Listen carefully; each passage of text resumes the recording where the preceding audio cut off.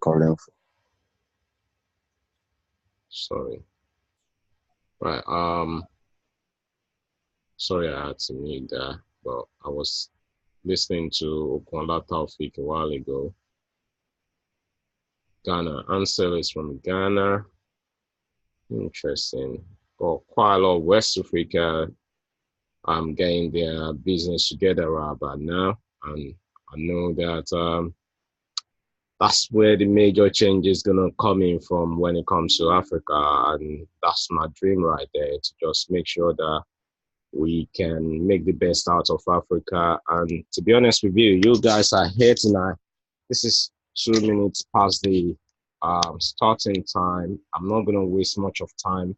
All I want to say to you is thank you so much for joining in on this session.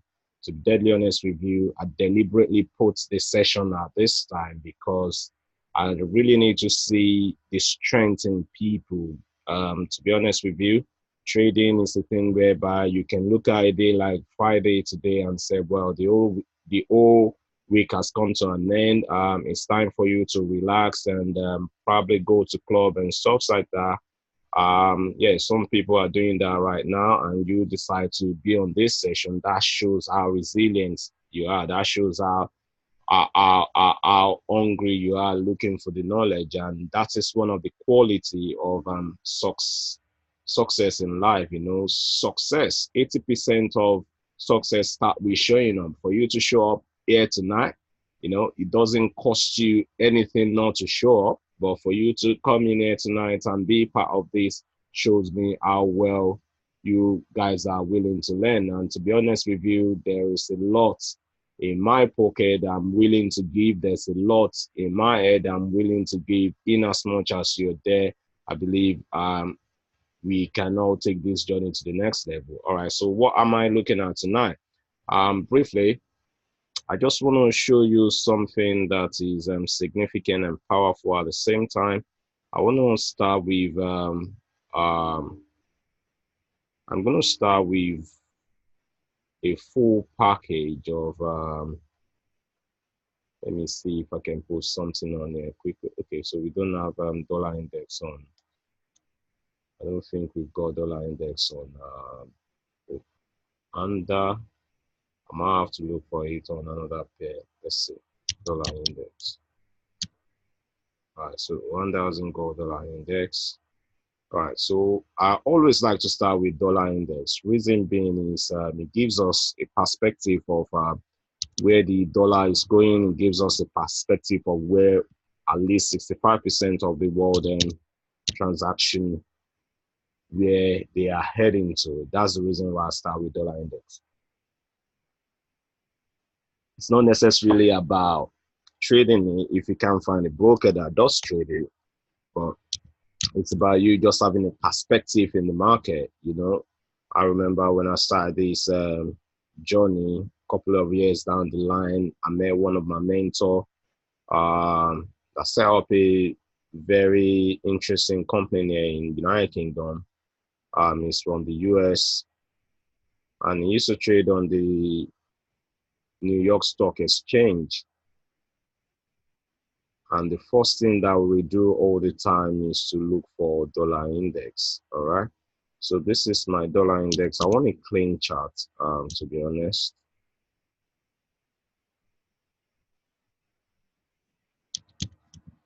And I'm not going to do much on it. I just want to show you something briefly. Wow. All the charts are, all right. So I'm going to hide this. All the charts are fully loaded. All right. So let's look at it from a weekly point of view. Okay. So who is new? Who hasn't learned anything about trading before I continue? Yeah, the session is recorded. Abiodun Lani is everybody who is completely new in there, so that we just don't. If there's anyone that's new, kindly raise up your hand or let me know. If not, I'll just blaze on.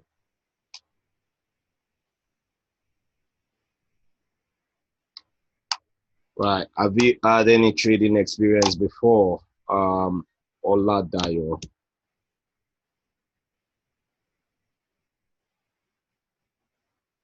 Have you had any trading experience before? Have you, how long, I mean, how new are you really? How many months into trading are you?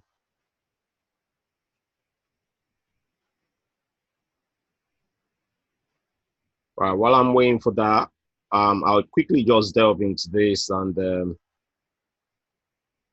so Oluwafemi. All right, so 3 months. So it's not like I said this is the first time you're seeing the chart, which is good. And how many months are you, Oluwafemi?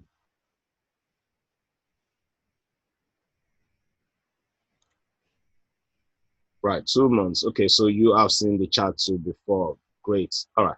So why do we check the dollar index? It's just for us to know the perspective of where the 65% of all the world transaction is going. The daily transaction that's close to about 7.3 trillion, where which direction 65% of them is heading because the dollar own majority of those capitals in it. So as you can see, um, I'm not a fan of indicators, but I employ them to have a secondary view on my opinion. All right. So this is majorly for educational purpose. We might be able to get some trades that we can decide to take on our own, but you have to apply proper risk management. I've teach a lot of session about proper risk management. You can see a couple of my teachings. Bear me a second. If you want to follow me, you can see a couple of my teachings on. Um, I'm going to put some contact details here in case you want to follow my 13 years experience into the in trading experience. So you can see a couple of my teachings on this YouTube channel. You can begin to follow me on Instagram if you want. Um, Let me put that one right here. A lot of people are on the Telegram channel, and then you can benefit from institutional funding as well, if you want. So I would say if you haven't joined the mastery group, this is where you can join the mastery group. If you want to email me or telegram me, you can definitely do that as well. Bear with me if I can't respond on time, but obviously I do my best to do a lot of response. All right, so those are some contact details just for housekeeping. All right, so going back to the dollar index, as you can see, the trend, when we're looking at trend, we look at a couple of things. Depends on the kind of time frame that you're looking at. If you're looking at this from a very broader perspective, then you can see that the trend has come all the way down, and then all we are doing is we are retracing back up at this particular point in time. All right. So some traders who are longer term traders, what they're going to be looking at is they might be looking at the whole of this trend as a whole, right? If you are a position trader or a longer term trader, then you're going to be looking at the whole of this trend as a whole and be saying to yourself that, okay, if I want to measure what is going on in the market, obviously, if you know about the Fibonacci tool, you can literally start to measure what's going on in the market by starting your Fibonacci. All right. So because, let me delete this 1 second. I think we were using this for our training on Ammonia the other day. Right. So let me see where we are. I'm just going to, let me see if I can get another dollar index chart. Dollar index.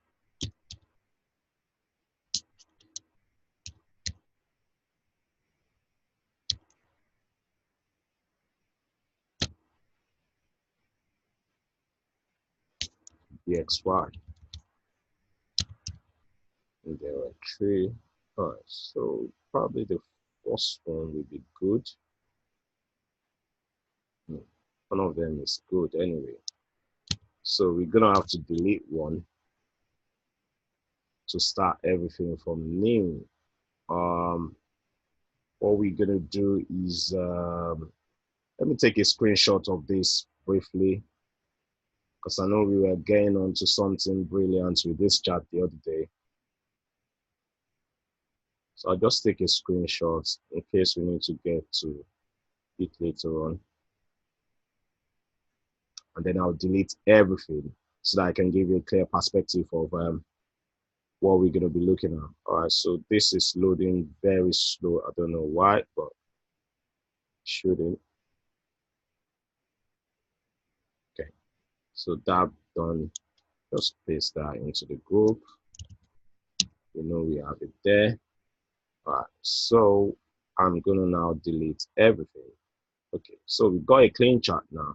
All right, so as a position trader, you can be looking at the entire leg of this move and say to yourself that, okay, I want to know where we are. And obviously, that means you're looking at data from 2001, which is the high, right? The high and the low is always important in trading the foreign exchange market.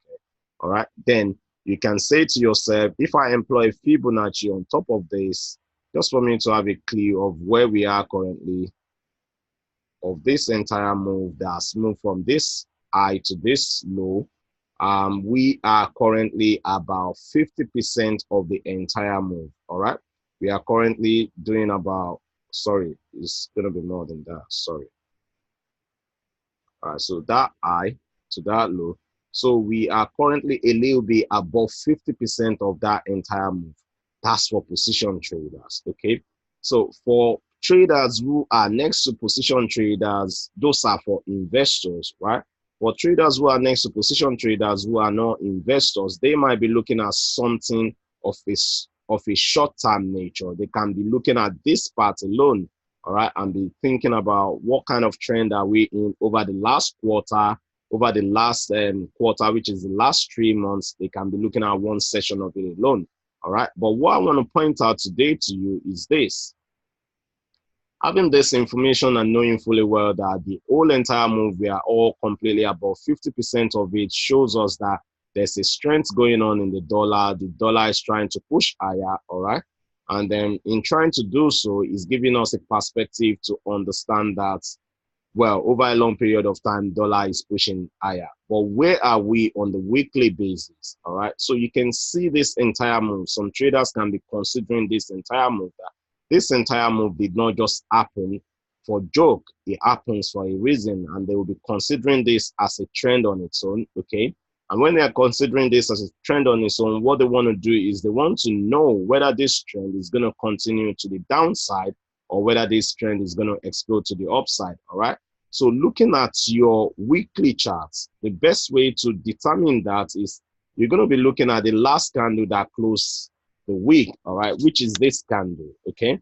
All right, so if we are investigating this candle right now, right, and then we are on the 10th day of the month, okay, what we can see on this candle is the previous week, we've got what is more or less like an inside day, but it's not exactly an inside day because we trade below the low of this particular week before we move back up, okay?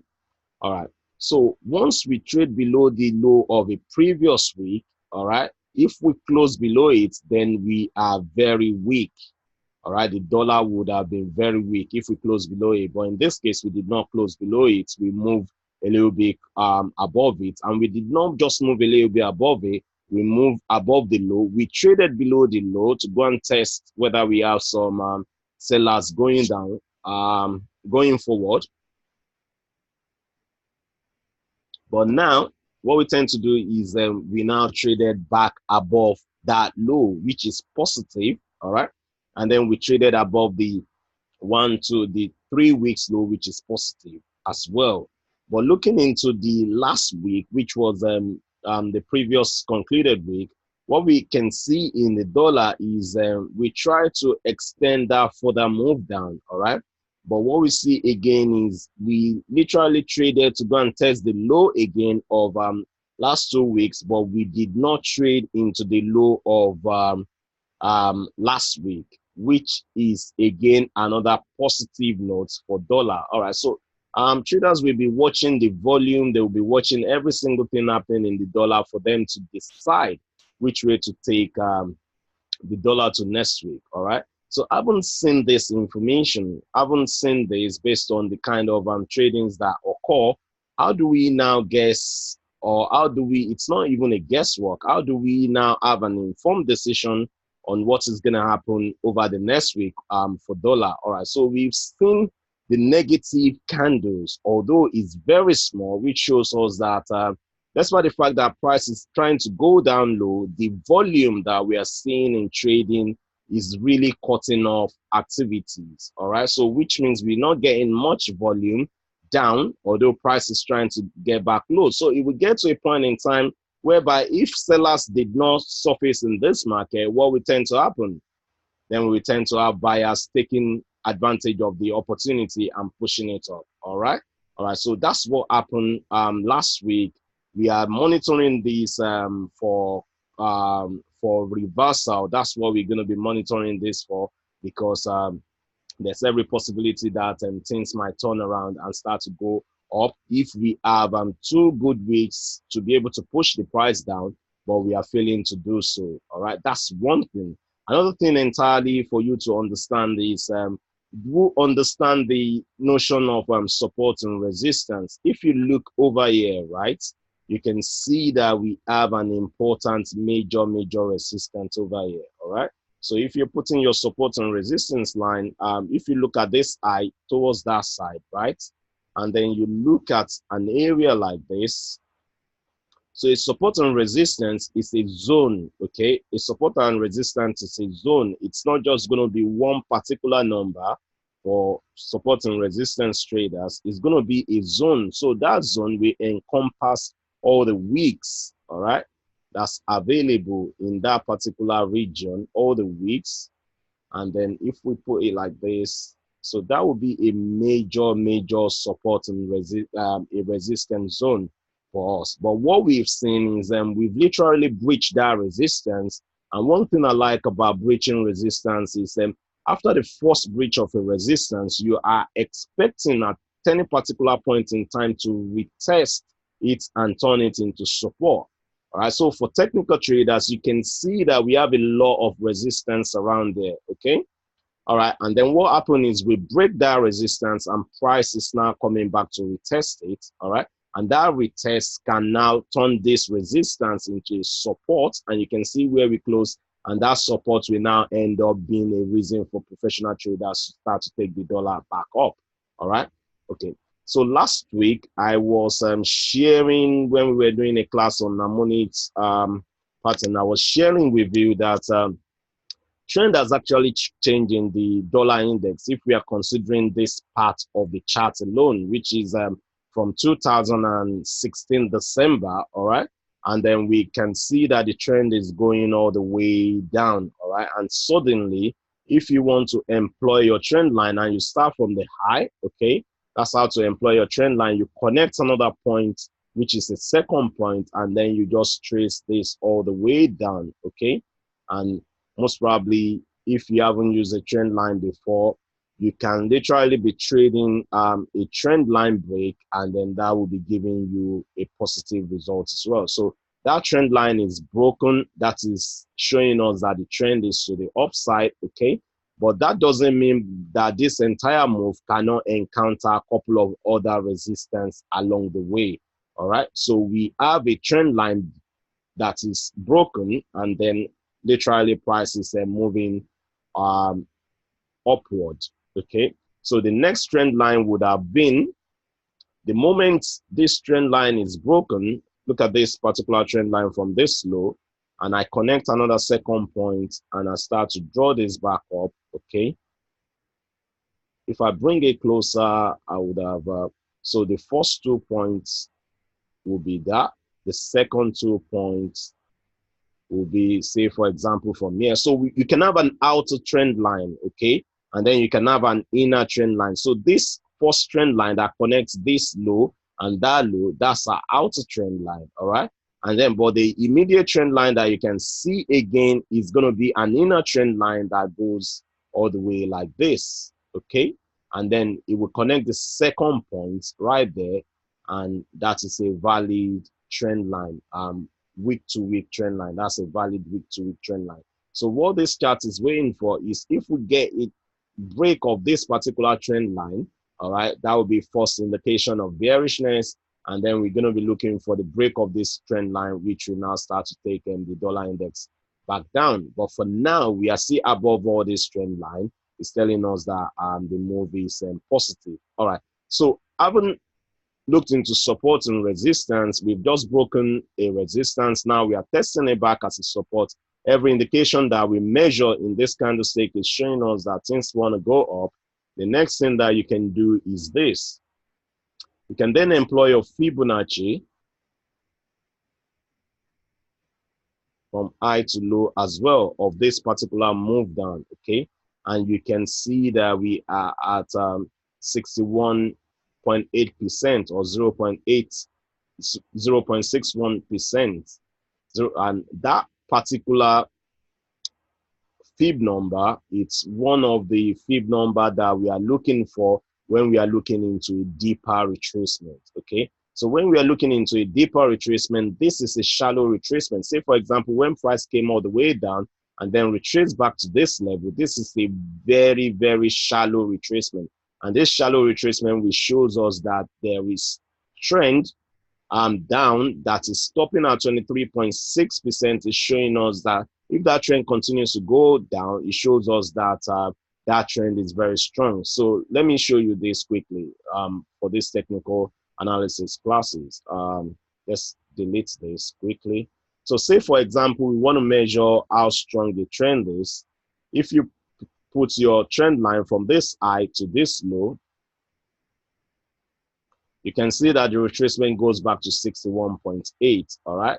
If you come down to another low, which is right there, from here to here, the retracement goes back to 50. If you come down to this particular low, which is right here, you can see that from here to here, we literally went above, we tried to go above 23, but we couldn't, but we went above 23 over here, but we couldn't touch 38.2. That shows us that if the trend shows us any sign of discontinuation, and the sign of discontinuation that we'll be looking for will be in our candlesticks, all right? The candlesticks are the letters that shows us what the chart is going to do. So we've seen this trend. Now we are looking for the right place to catch this trend. First, we're going to be looking at a shallow retracement at 23.6. If we do not get that retracement, we're going to be looking at 38.2. But on our way going to 38.2, we met a couple of resistance, which is in terms of this small doji, and then we now find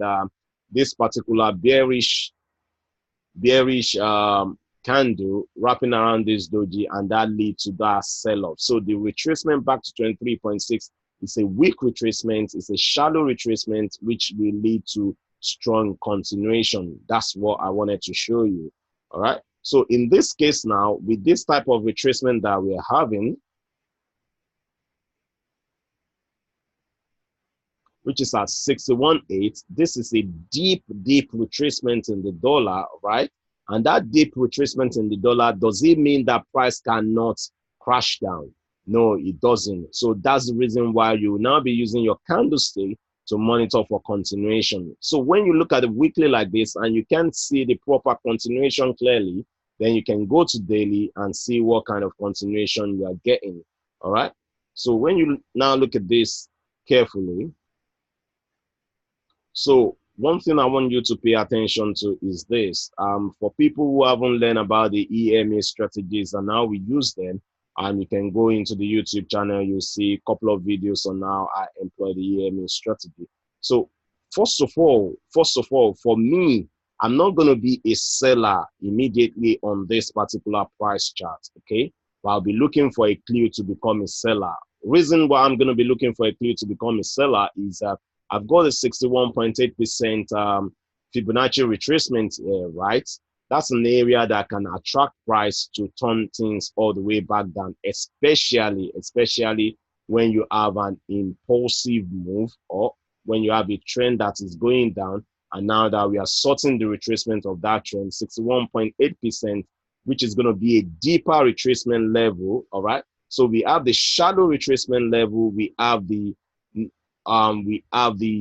moderate retracement level. The 50% will be the normal retracement level, and the 61% will be the deeper retracement level. And that 61.8 did not just come from nowhere. It's what we call a golden proportion number, which is the number that we get if you get any straight line. If I give you a straight line like this, and I ask you to divide this straight line into two, it will be hard for you to get exactly the half of this straight line, even mere looking at it, right? So by the time you divide this straight line into two, you won't be able to get it to exactly half.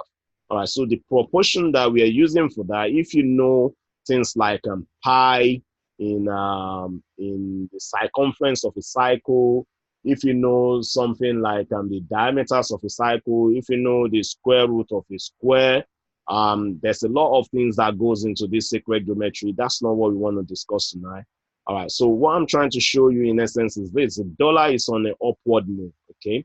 But now that we are at this particular zone, it's a critical zone as well, okay? And what we want to find out is, will this zone hold the dollar, or will this zone are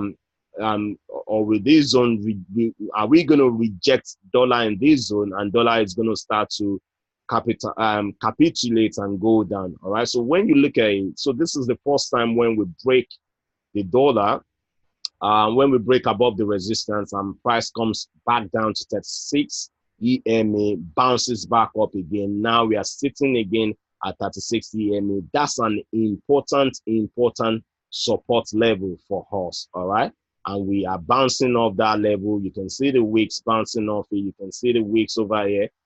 Traders are literally buying this level. We haven't seen the crossover of the EMA, so things are still looking positive but cheap for the dollar. All right, so the only concern right now here for the dollar is this.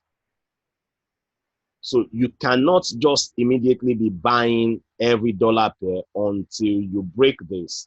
You see, when you have a high here and then you now have a lower high, all right, that is a caution right there for you. All right, that is a caution right there for you. So you do not want to be buying the dollar when you have a move up, all right, you have a retracement down. This retracement should be the push that should lead to continuation. But just because you did not get that continuation and then you have a bounce off here, right, that is an indication for you to be careful. All right, if the dollar is very strong, it should be able to continue to push up ahead. All right, but because you have this first high, then you have a lower high. All right, and this is a daily chart. Now you are bouncing off support. Okay, so now that you are bouncing off support, what you expect the dollar to do is to move, just as we've analyzed it on the weekly, is to move back to this area. If it can get to this area, there's every possibility that it can find another resistance to push it back to this trend line. Okay, and when it pushes back to this trend line, then there's another possibility that dollar can come back to this trend line the fourth time and then eventually break this trend line going all the way up. That is a possibility. Okay, but what I'm trying to say to you in essence is be careful buying anything that is dollar, because we have this second lower high. All right, so which means by the time you are coming back to test this trend line, that means we might have the third lower high, and then things can start to go back down a little bit again for the dollar until we eventually break this trend line.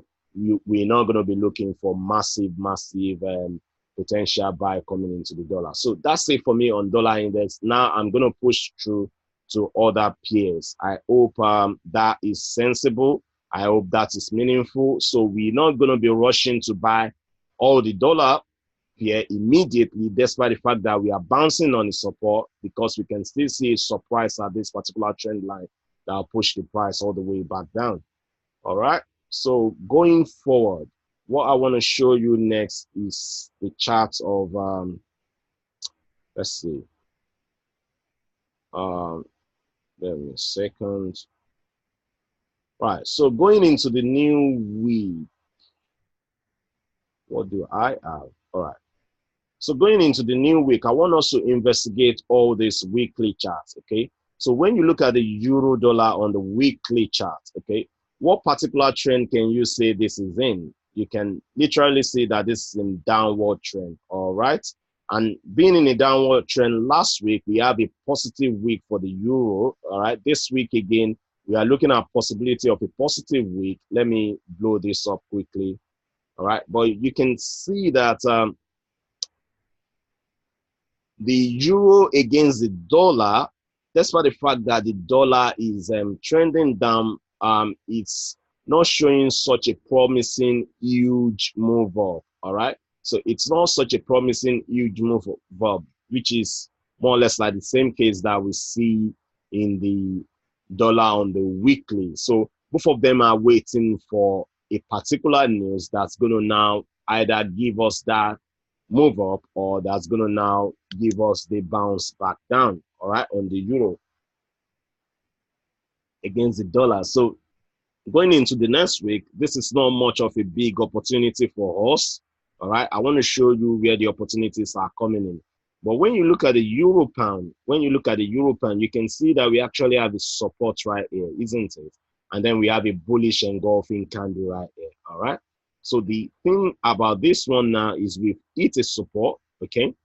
And we did not only hit a support, but down here, we are now trending back up, okay? And what we have here is just the way that I've analyzed it for you again is look at this particular eye and then look at the way that we form this low. So you can see these two eyes and two eyes right there, okay? Those two eyes are the sign of continuation to the downside that we are looking for. Now we came back to the downside and then we come to this area of support.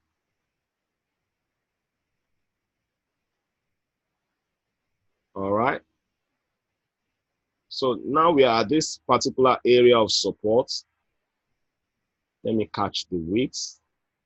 I'm gonna wait a second.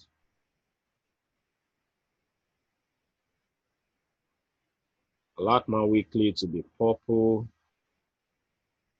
So I know that that's a weekly zone. So once you break a particular support, what do you get? You get a retracement back to it, and that particular retracement back to it, you'll be looking for further opportunity to sell. All right. So the sell comes through, but we do not have follow through. All right. So we should have gone in a week that should give us a continuation of the break of this particular support. All right. So these are just simple technical analysis. All right. And that's what I want us to do. I want us to look at things and look at it in a much more simpler form.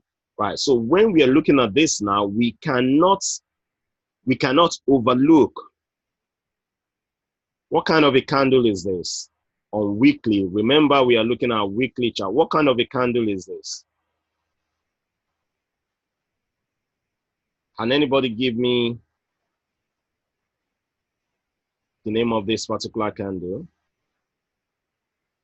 An engulfing candle. What kind of engulfing candle? Bullish engulfing. All right. So if you have a bullish engulfing candle, right? One thing that you want to pay attention to is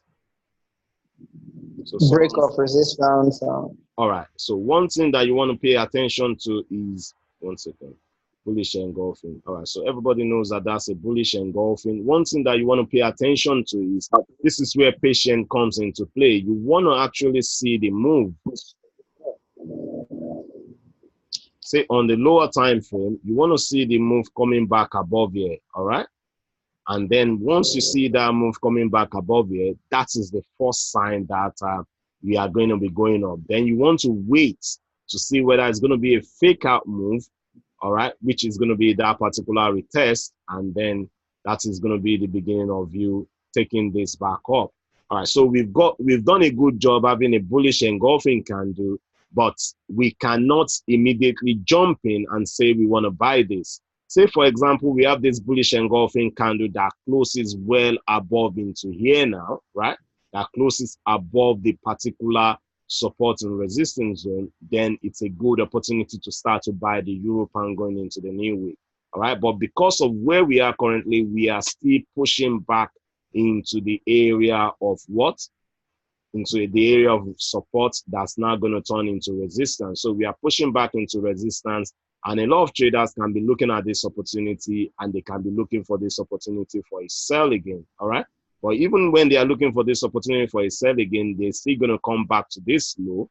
All right. Again. And that's the reason why you see price moving up, down in a wave, and we can form a continuous range in this zone. So we can have a continuous range formation in this zone, and price can be bouncing off this particular high area, all right? Which means going into the next week now, we can be looking for opportunity to sell this particular high area back down because we haven't shown a consistent break above it. We need to see that break above it and then a retest of it before we continue to go back up. Right, so let's look at this briefly on the daily charts and see what it's giving us for the last 7 days. All right, so while that is loading, one that takes some time to load, especially when we are changing times. All right, so while that is loading, bear me a second. All right, so for those people who are trading the gold and trading the US 30, I just wanted to point out briefly that when you are trading the two pairs, you have to be watching the two pairs together, because if US 30 is going up, gold is going to be going down. All right, so now US 30 has hit an area of 36 EMA, right, which is one particular area whereby we can continue to see further depreciation in the prices of US 30, and that particular area can now lead to continuation in the movement of up in the movement of gold. But we're gonna get there. Let me check this particular chart, what it's doing.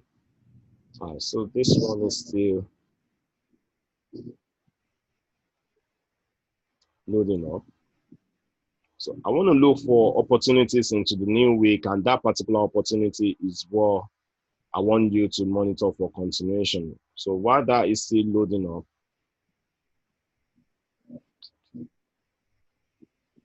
right, I'm just going to quickly touch on sterling. All right, so with pound against the dollar, right, you can look at this particular chart and say to yourself that, wow, we can see a bearish week on the pound against the dollar right there, okay? But this particular bearish week is so bearish that we close below the high of last week, all right? So this is where it's going to be our resistance going forward. I'm going to show you what I mean by that.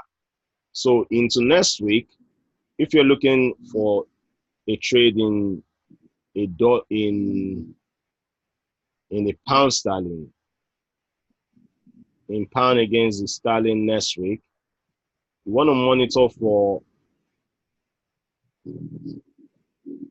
1 second. You want to be taking your sell. You want to be taking your sell at 1.3019. All right, because we've closed below it now, right?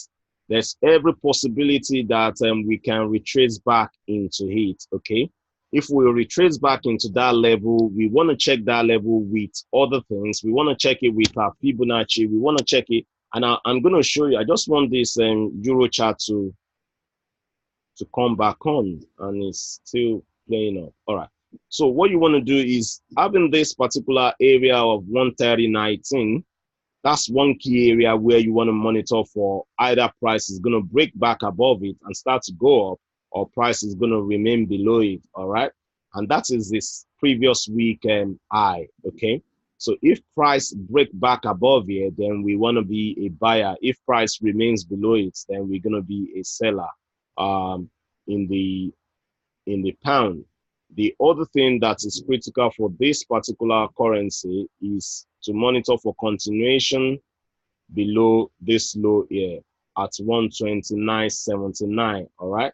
So we are in between two zones. All right. And then this particular two zone is literally giving us about 40 pips difference is what we are looking at in this zone. All right, so about 38 pips. So about 40 pips difference is what we are looking at in this zone. We need a clear break above this 130.19. I mean, when I mean a clear break, I'm talking about, let's look at this on a daily point of view, whether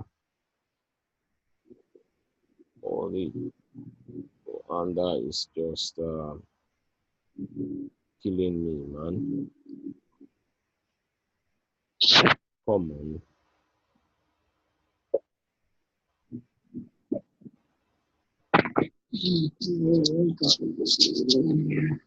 All right. So what I'm going to be doing is while this one is trying to come up, I'm going to go back into this one and put the euro pound on it so that we can finalize one thing before we go into the other. There's got so many things going on. Euro GBP.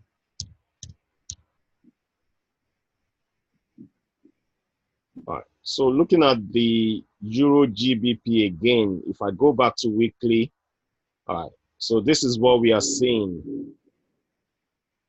Look at where the retracement comes back to on the weekly. It comes back to 200 EMA, right? 200 EMA is the key area where the bulls will come in to defend their buying position. All right. So the bulls have been buying this all the way from here when we break above this 200 EMA. Okay. And now we are retracing back to that 200 EMA. The first time the bulls have come in to push price up. The second time again, they've come in to push price up. So they are showing us clearly that they are not backing down. Plus, pay attention to the lows. Okay. If they are losing strength, okay, we should be seeing more sell orders coming in below here. But because they are not losing strength, because the sellers too are very concerned that they are working in a very serious territory where the bulls will be looking for every single opportunity to buy cheap, okay? So the sellers are not able to push the price down below this particular low. All right, because the bulls are coming in to buy every single thing and pushing price back up. All right. So having that kind of information will give you an opportunity to start looking into this and start looking into this on a positive note. At the same time, you cannot overemphasize the fact that we've got a serious high here, right? We push all the way back down, then we having another particular, bear me a second. We having another particular, please bear with me a second.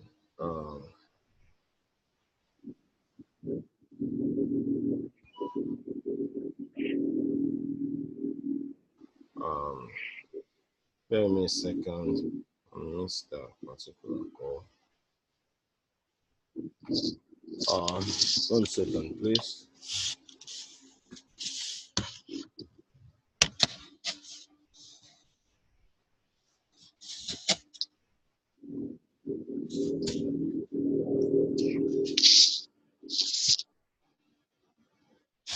Right.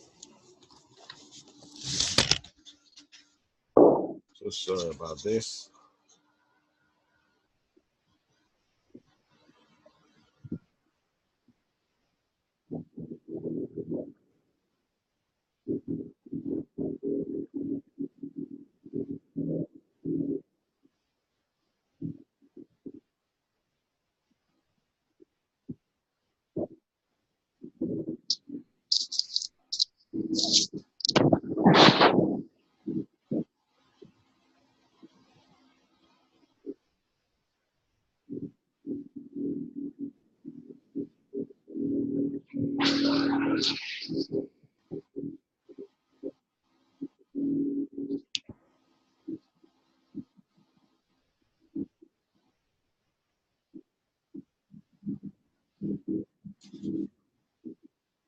All right. So going back into the euro pound. So for our euro pound, we're going to be monitoring for continuation to the upside because of all this bullishness that we can see in the weekly charts. But remember, as I've said, we want to see a clear break at the same time of all these particular zone.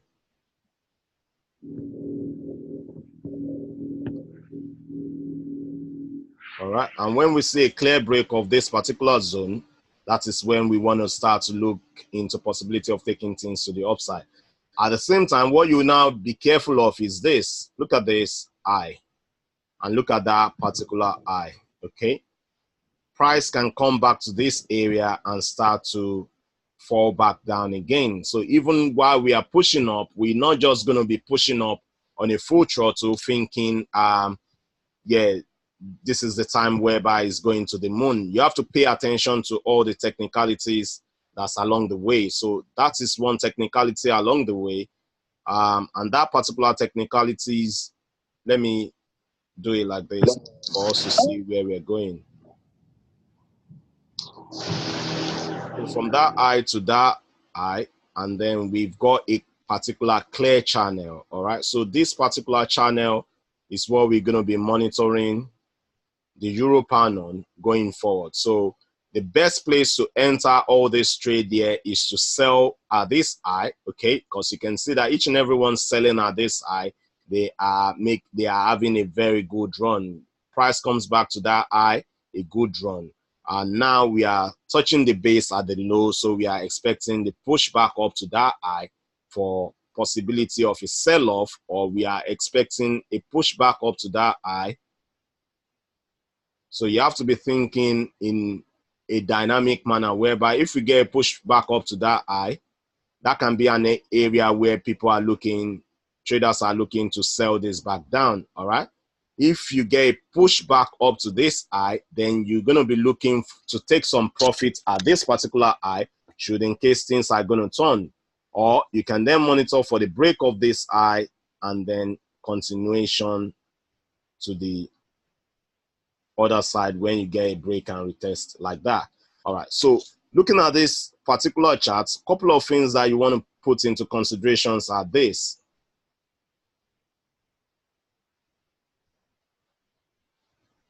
The real significant move that we've seen last in this particular chart is going to be from that high to that low, right? So if price is going to retrace back up, all right, you can now start to employ your Fibonacci in a way like this. Let's look for some zones where we can take some positive trades going forward. All right. So based on every single thing that you've learned, if you employ a Fibonacci on top of that, okay, you can be looking for a couple of zone again. You can be looking for your trade coming back to 61.8 or 7 or the 78.6. All right. So if you are following the golden zone that Yomi is teaching, then you know that obviously at this particular area, you can see a possibility of a short-term trade coming up here. All right. And you can see a possibility of another short-term trade coming up there, which means when price gets to this zone, that will be a zone whereby you can be looking for opportunity to sell. All right. So the other thing that you want to attach to that zone now is see if there's any other thing that can now put that sell in a much more serious perspective. So you can look at things like, let's look at possibility of any harmonic pattern coming up in that zone. So from that eye to that zone right there, right to over here, now you can see possibility of a shark pattern that will be ending itself, let's say it's 8.6.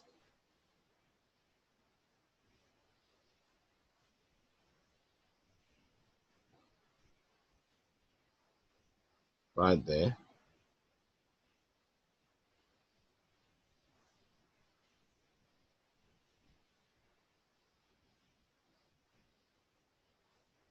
So we can be looking for short-term sell coming into this. But one thing I want you to pay attention to is when you are looking for a sell in a particular trend that is going up, you're only going to be looking for that sell in a short-term manner, all right? Which means your target, excuse me, if this is going to be the shark pattern that's going to evolve, which means we are expecting price to come back to this area, right? And if price comes back to this area, that can give a solid reason for us to sell. All right, but this is an harmonic pattern on a day time frame, which always takes time before it comes into fruition. All right, so if you're going to be taking a trade against this particular pattern, you can set your pending orders right now, okay, and be looking for possibility of price to get there in future if you want. All right, so which means we have a couple of things that is giving us a reason to sell this. And one of the things that's giving us a reason to sell it is price returning back to this particular zone right there of 78.6, where we can see a short-term sell. Let me take off this particular pattern right now. For now, I want to show you another thing entirely. Is when you're looking at the zone over here, you can see a couple of other things lining up. You can see that price can now go all the way from here. If you look back, can you see a couple of areas of resistance, bounce back, resistance, bounce back, resistance, bounce back? So this is a very good solid zone for us to be looking for possibility of a sell going forward. Another thing that we are going to be adding to that zone is our trend line.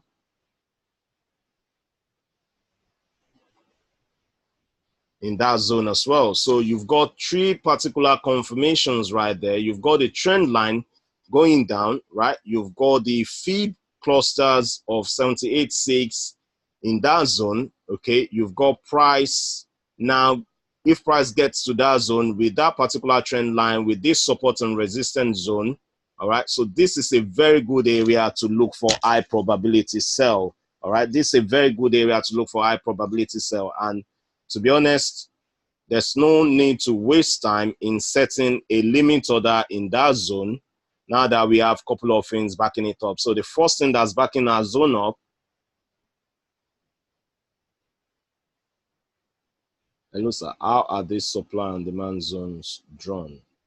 Okay. So one thing I want you to pay attention to is this. You can refer to it as supply and demand zone, right? Like this is an area of supply because you can see the massive sell-off coming into play, okay? This area is an intermediate area of resistance, all right? Because you do not see that, how do I put it? You know, like when you open a tap,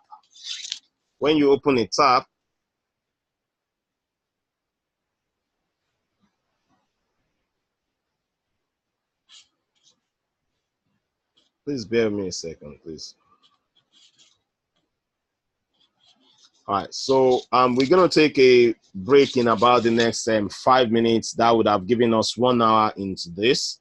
All right, so this is a supply zone, and the way to draw that supply zone, I'll just cover that before we go into a break, is you want to look at the eye,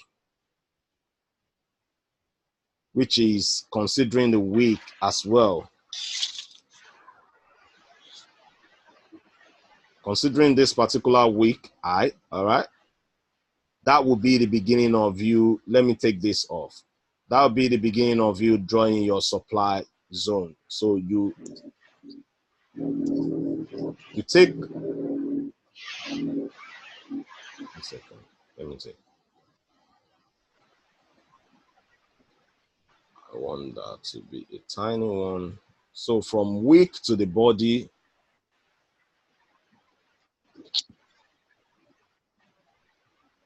All right. So what I'm trying to show you here is this.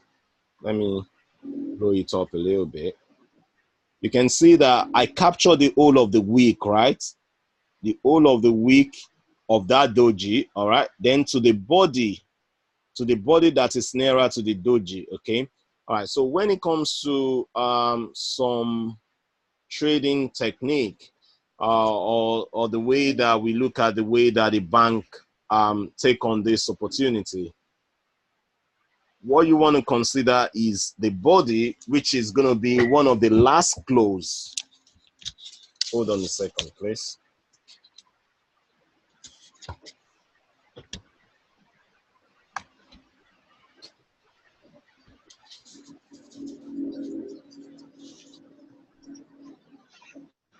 Which is going to be one of the last close that you can see on this particular candle, right? That gives us the last close, and you can see that that close is going to be the close of 92.62. All right, 92.62 is that particular close. That's the last close that we've seen on this particular pair, which is the euro pound. That area is considered a very strong area of supply, right? You cannot consider these areas as an area of supply. This is more or less like an area of resistance, because you can see the difference in the way that the traders literally sell this off, in the way that the currency was just dumb. All right, so looking back again, so this is another good area of supply. All right, and then price came all the way back. See, you can see the push down. All right, so let me extend this for us to see. 1 second. Settings.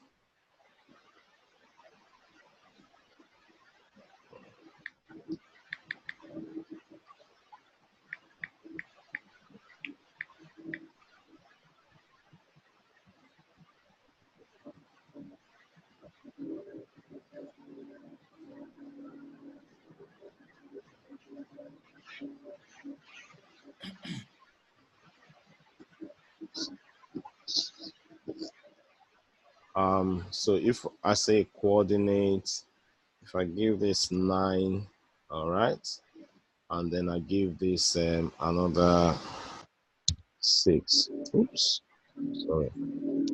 I give this 1. Sorry. I give this oh, sorry. Right. If I give this what can I give this to? Oh, positive. Then I'll give it 7. Okay. All right. So you can see that we come back to that area, and that's where the sell-off occurred. We are back there again now, and then we saw that massive supply. All right. Does that answer your question? Does that answer your question? So this is more or less like another supply zone. All right. Let me see what we've got. So Bobby Collins, that's my guy right there. I've got Daniel, Yuba, I've got Oluwafemi, Angel, Forex Delights, Gifts, Ahmad Linguistic, Ansel, Joseph Okolo, Ojono Panachi, Oladayo Olatunji, Olugbemiga, Oluwafemi, P00 Charlie, Shikejo, got Taufik, I've got Gondo, and I've got Hyacinth. Thank you guys for joining in. So this is a massive area of supply. All right, you've got your levels right up there. This is another area of tiny little supply. You've got your zone right there as well. Marjorie, hi Marjorie. Thank you. And then obviously that's where to put your supply and demand zone. And then later on in future, if price goes back there, that's where you're going to be looking for an opportunity to sell again in future. All right. So I'm going to get us to take about 5 to 10 minutes break just to simmer what has been said. All right. And then obviously we come back on to continue. Okay. In the meantime, I'm just going to play some motivational videos for us to listen to. And you continue to try, continue to try and fail. and ensuring you never fail a try. Failure is part of the recipe for success. It's the losers that fail once and quit. Every winner has done fail.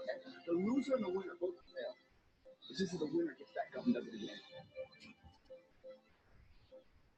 Making your dreams a reality. Breath by breath.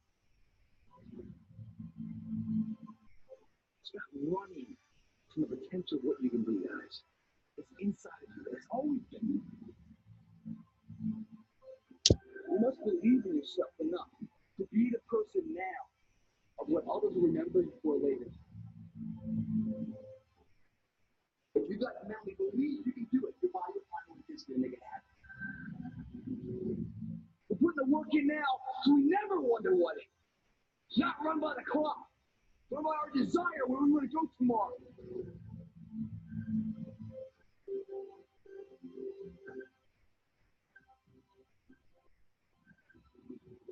Not for everybody. It might not be for you. You're still watching, maybe. Here we go. There's no excuse not to be the hardest fucking worker in the room. In all your endeavors, schoolwork, your gym, your career, your relationship, your needs attached to it. It's got to mean more than anything. Believe in yourself. You got one of 100 has a belief instead of just fucking jaw jack talk of intent.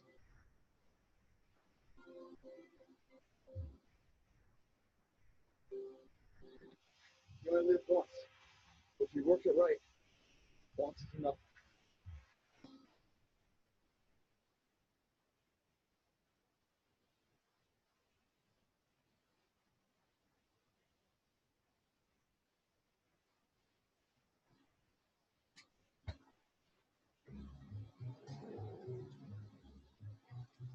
One donut stand, 5 hidden cameras, 2 actors, 100% happiness. Fresh made donuts today. Or is it? Is it donut? Gonna have down with three donuts.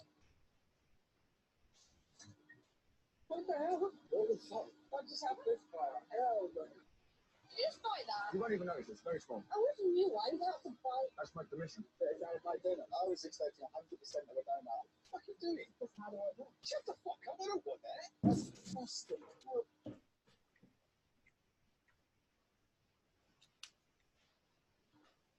I don't know what that green is that you have. I don't care how disappointing it might have been as you've been working toward that dream. But that dream that you're holding in your mind, that it's possible.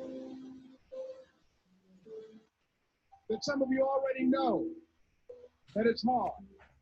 It's not easy. It's hard changing your life. That in the process of working on your dreams, you are going to incur a lot of disappointment, a lot of failure, a lot of pain. There are moments when you're going to doubt yourself and say, God, why is this happening to me? I'm just trying to take care of my children and my mother. I'm not trying to steal or rob from anybody. Why does this have to happen to me? For those of you that have experienced some hardships, don't give up on your dreams. There are rough times are going to come, but they have not come to stay. They have come to pass. Greatness is not this wonderful, esoteric, elusive, godlike feature that only the special among us will ever taste. You know, it's something that truly exists in all of us. It's very important for you to believe that you are the one.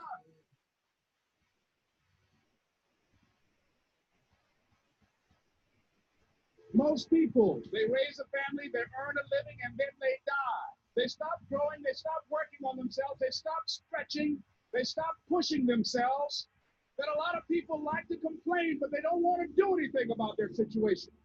And most people don't work on their dreams. Why? One is because of fear.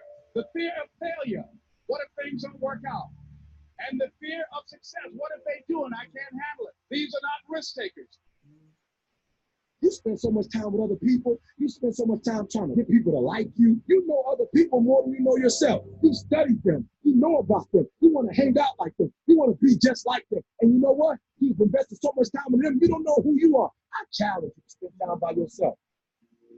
It's necessary that you get the losers out of your life if you want to live your dream. But people who are running toward their dreams, life has a special kind of meaning. When you become the right person, what you do is you start separating yourself from other people. You begin to have a certain people. As long as you're following other people, as long as you're being a copycat, you will never ever be the best copycat in the world. But you will be the best you can be. I'm telling you to find your value. That everybody won't see it. That everybody won't join you. That everybody won't have the vision. It's necessary to know that. If you are uncommon breed, it's necessary that you align yourself with people and attract people into your business who are hungry, people who are unspeakable and unreasonable, people who are refusing to leave life just as it is and who want more. The people that are living their dream of finding winners to attach themselves to. The people that are living their dreams are the people that know that if it's going to happen, it's up to them. If you open your email and you go into the drafts, you should be able to see it in there. Someone's opinion of you does not have to become your reality. That you don't have to go through life being a victim. And even though you face disappointments, you have to You see how your username and password. Let me check it and but I see. can do this. Even if no one else sees it for me, I must see it for myself. This is what I believe, and I'm willing to die for it. Period. No matter how bad it is or how bad it gets, I'm going to make it. I want to represent an ideal. I want to represent possibility. But go use the Google Chrome. And some of you right now, you want to be, you know what I'm saying? You want to go to the next level. I want to counsel. You know, I want to be an engineer. I want to be a doctor. Listen to me. You can't get to that level. You can't get to the level economically where you want to be until you start investing in your mind. You're not reading books. I'm challenging y'all to go to conferences. I dare you to invest time. I dare you to be alone. I dare you to spend an hour getting to know yourself. When you become who you are, when you become the person that you were created to be, designed to be who you were designed to be, when you become an individual, what you do is you take yourself and you start separating yourself from other people. I'm telling you to get to a place where people don't like you, it don't even bother you anymore. Why? Because you're not concerned with trying to make them happy, because you're trying to blow up. You're trying to get to the next level. I need you to invest in your mind. Invest in your mind. If you still talk about your dream, if you still talk about your goal, but you have not done anything, just take the first step. And you can make your parents proud. You can make your school proud. You can touch millions of people's lives, and the world will never be the same again because you came this way. Don't let nobody steal your dreams. After we face a rejection and a no, or we have a meeting and no one shows up, or somebody say, you can count on me, and they don't come through. What if we have that kind of attitude because we possess? Nobody believes in you. You lost again and again and again. The lights are cut off. But you're still looking at your dream, reviewing it every day and saying to yourself, it's not over until I win.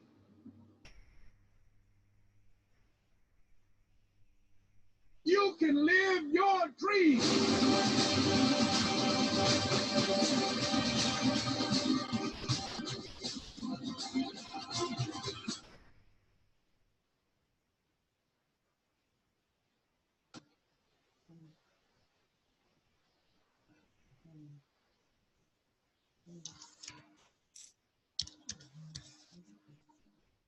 No, everything that you're saying is very good.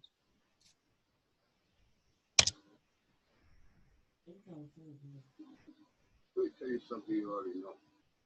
The world ain't all sunshine and rainbows. It's a very mean and nasty place, and I don't care how tough you are, it will beat you to your knees and kick you there. I'm going to WhatsApp it to you now. You, me, or nobody is going to hit as hard as life. But it ain't about how hard you hit. It's about how hard you can get hit and keep moving forward. How much you can take and keep moving forward. That's how winning is done. Pain is temporary. It may last for a minute, or an hour, or a day, or even a year. But eventually, it will subside, and something else will take its place. If I quit, however, it will last forever.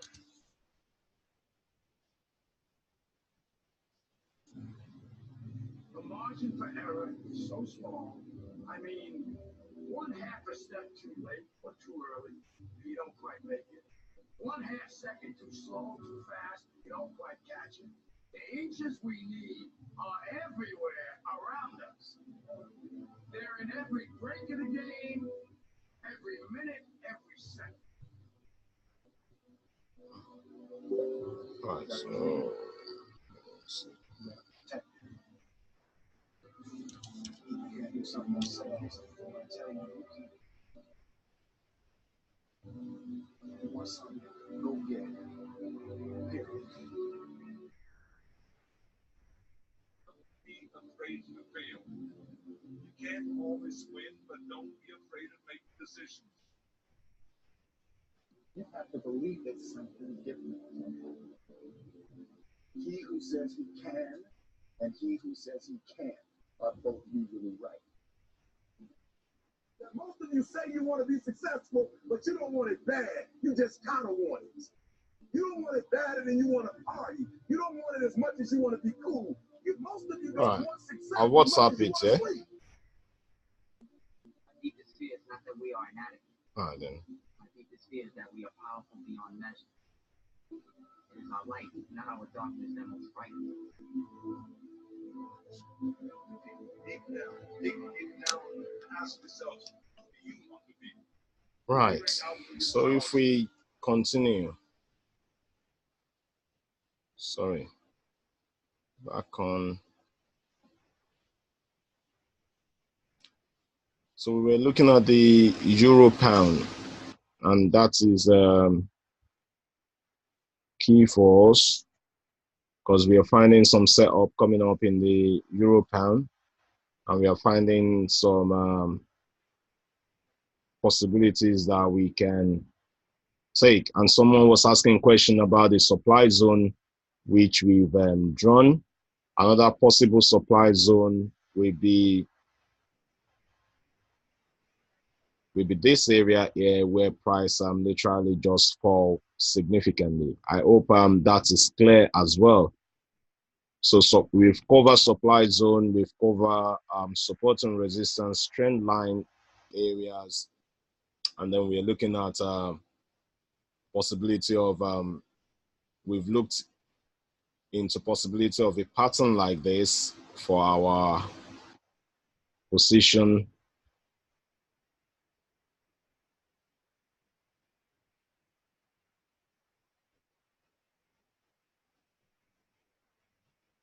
So we've got a high probability trade right here if price gets there. Okay. Sorry, is this trading view? Sorry? Is this trading view? Yeah, that's trading view. Let me share this. Oh, how did you go about minimizing this? Sorry?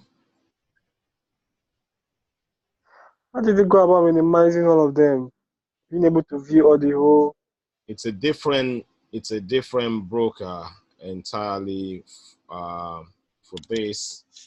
That's if you have a paid package, then obviously you'll be able to have 8 different charts. If you don't have a paid package, if you are with a broker such as Rwanda, just because you have a live account with Rwanda, you'll be able to use it like that as well. All right. So the particular opportunity that we are seeing right here now will be 2 opportunities. One of them will be the possibility of this shark pattern forming, all right? And then we have an entry around there at 91,112. Okay, let me look for possibility of putting that in my trade. But obviously we know that that won't happen until a very long time. But yeah, it's an opportunity that we discover. We can then look for a way to take it in the nearest future. It's a high probability zone right there. We've got harmonics, we've got trend line, we've got support and resistance zone in place, but it's on a daily chart, which means it can take a little bit of time for it to form.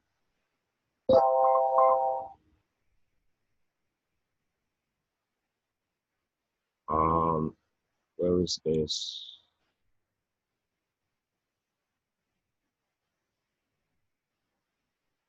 So for people who want to look into that opportunity, it's already on the charts group. I'll be looking into it over here. I'm putting up a trade on it, euro pound, and the way that I'm going to set that trade is just going to be over here. Please bear with me a second. Let me quickly take this call. Hello?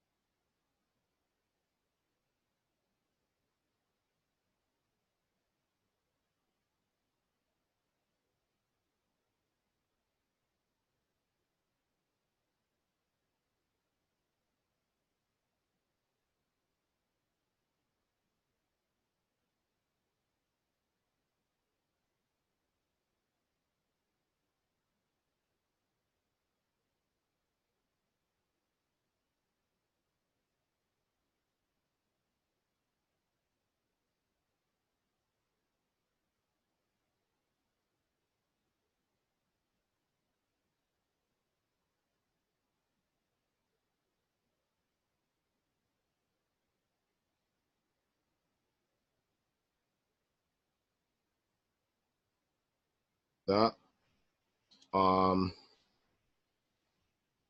yes, going forward, I wanted to put this trade on.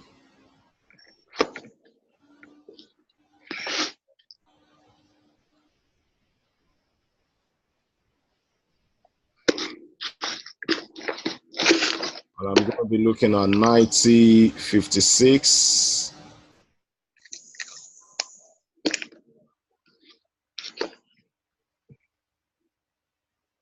So I'll prefer the area of 90.50.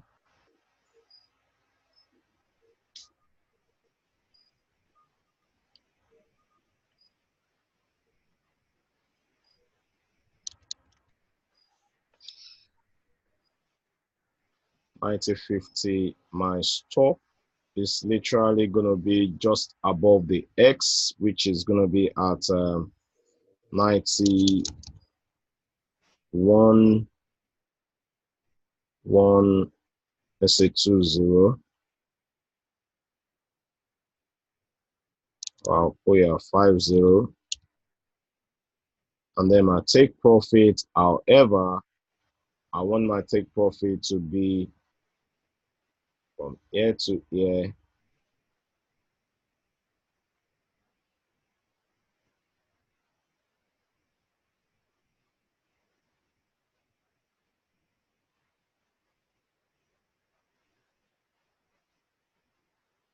So I'll be considering the first take profit at 88.6, 88.63. That'll be my first take profit.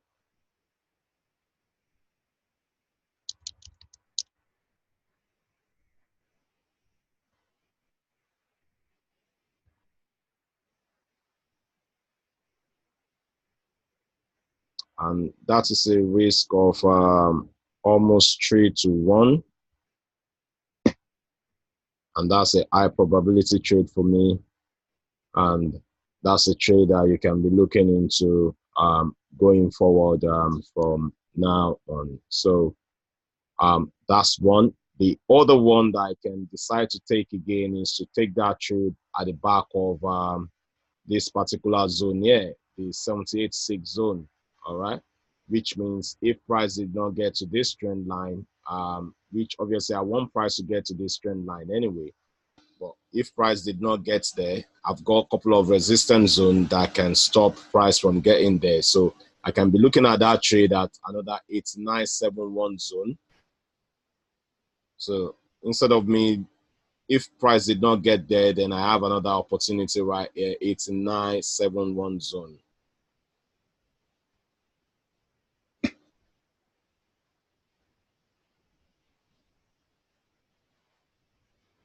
want to change this to 3K. This 8971 zone, that's another area for me to look into, and I'll be using my stop loss to be just around the same zone.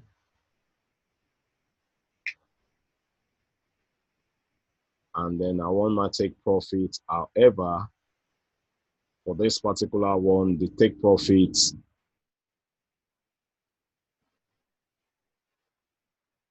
I'm going to be taking my take profit at,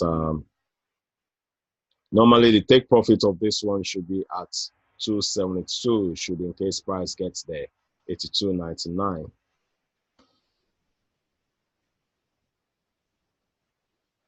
But that's a big longer time frame take profit. If I can withstand it, I will hold it. 82, let's say 8300. All right, so that's about 341 pips. That's another almost about 4-to-1 risk reward in case price gets there.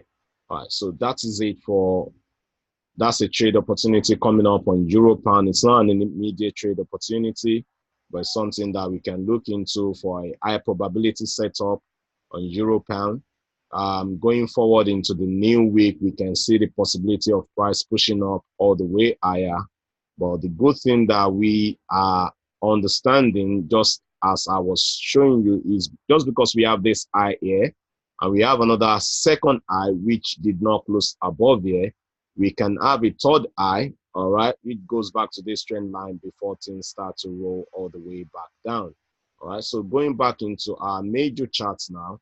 So we've analyzed the Euro Pound. We've looked into some opportunity in Euro Pound, which are high probability opportunities. And then obviously that will be one trade that will be solid to take, rather than jump in and out of each and every opportunity when price gets there. The other good opportunity will be the one that I analyze, that if price literally break above all these zones, then we might be looking for possibility of taking the price all the way back down to the same place as well, where we will see that short opportunity. Let me do this quickly, 1 second.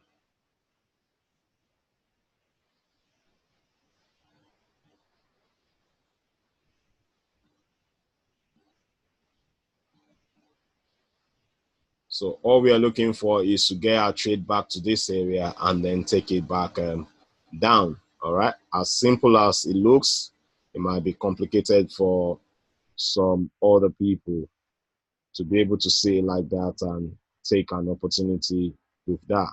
All right, the next opportunity that could have possibly surfaced again is this.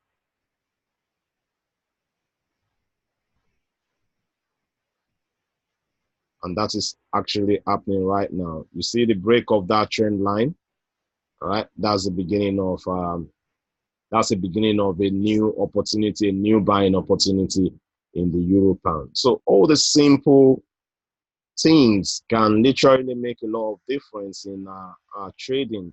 What we want to see is, we know there are a couple of barriers over here. All around there are stops. So if price is really going to go up, it's going to trip all these stops over here. And then you're going to see a massive explosion in the price of Euro Pound going up. All right. If price really want to go up from this particular zone, we've broken this particular trend line. Price is trying to go up, a good opportunity to buy and buy all the way up here. But how do you want to approach this buy now? And where are you going to be placing your stop? Obviously, the best place to place a stop would have been how many pips down? 182 pips down. It's not everybody accounts that can withstand that 182 pips down. All right. And that's the reason why it's always good to see a possibility like this. Let's see. Break of this trend line, retest of that trend line. So what we're going to be measuring now is simple. We're going to be measuring this going forward. We're going to want to have a fib on this going forward to see the kind of wave possibilities that we can see on this particular chart of euro pound. So we'll be looking for possibility of this move up to retrace at any particular point in time. So we want to track that. We want to see that retracement either to area of 61 or back to area of 50, or even a shallow retracement to 38.2. But if we have a break of a trend line that's going to resume a new trend, for people that follows the wave theory that I've done on the YouTube channel, you can literally be looking for an opportunity like this, which is about to emerge as well. You can be looking for opportunity like this in the, I don't know if it's going to stop there or not, but if it doesn't, the next immediate retracement is one good thing that we are looking for on the euro pound. So pay attention to the euro pound.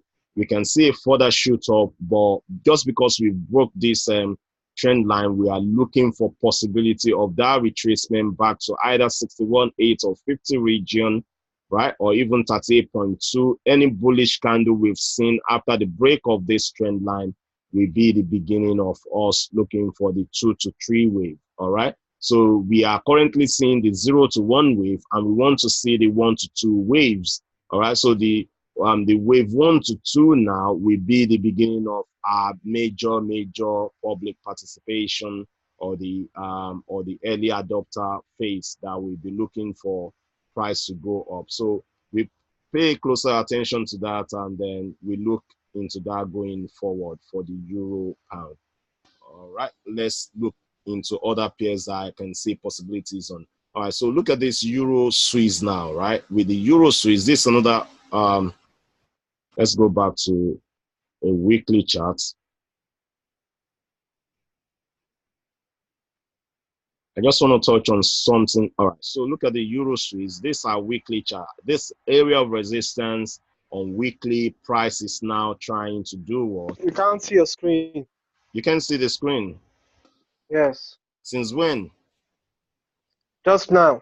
All right. Just now. Okay. All right, no problems. Can you see it now? It's loading. Yeah. It's back on. All right, 1 second. Let me Yes, just sir. water, please.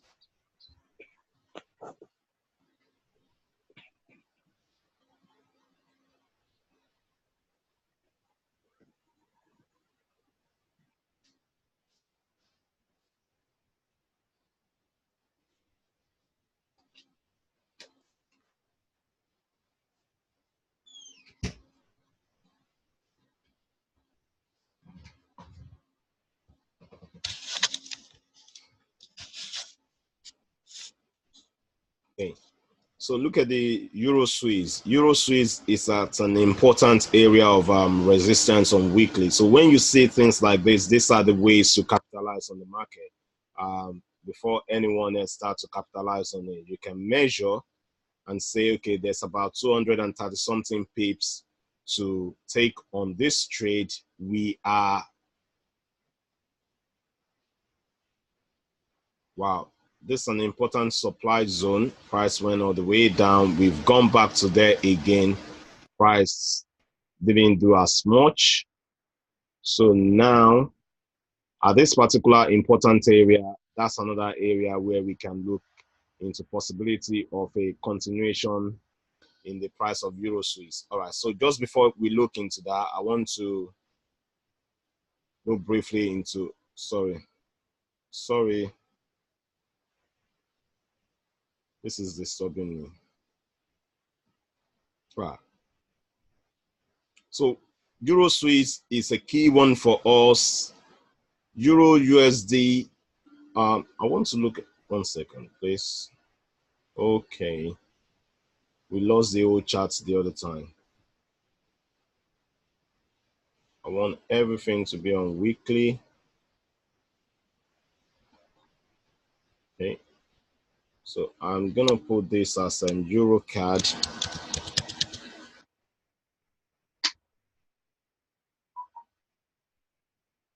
I'm gonna have this as Euro Aussie. I'm gonna have this as Euro New Zealand. And I'm gonna have this as Euro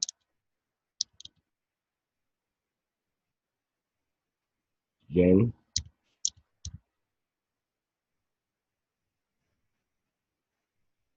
And I'm gonna have this as Euro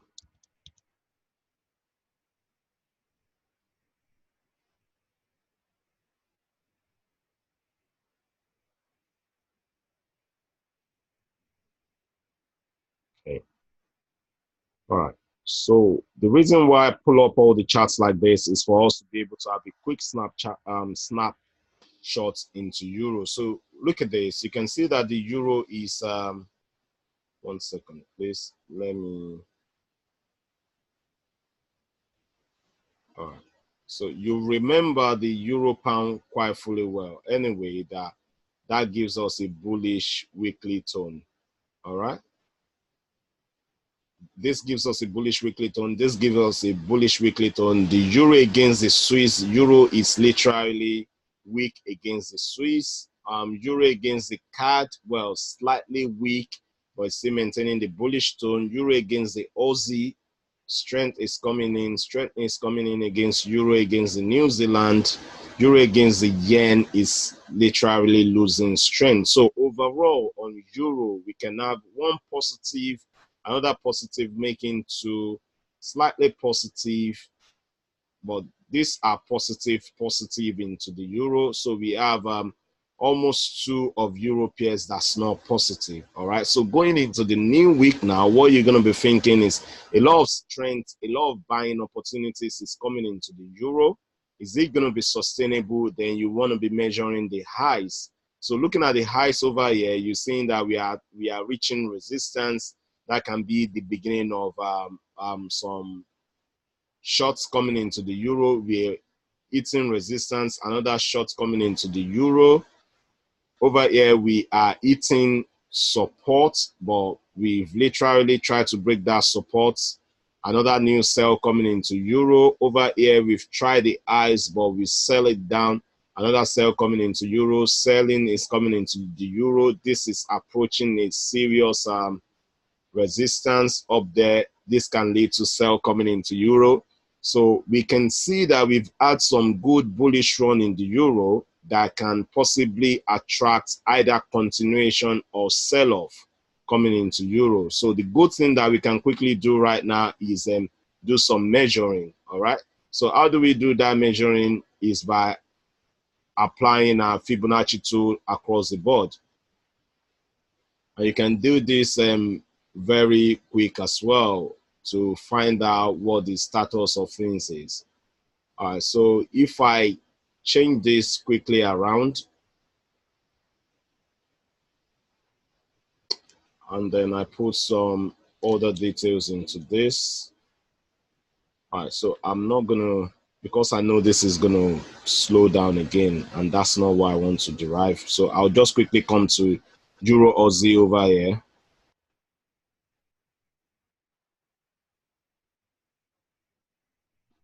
Euro Aussie right here.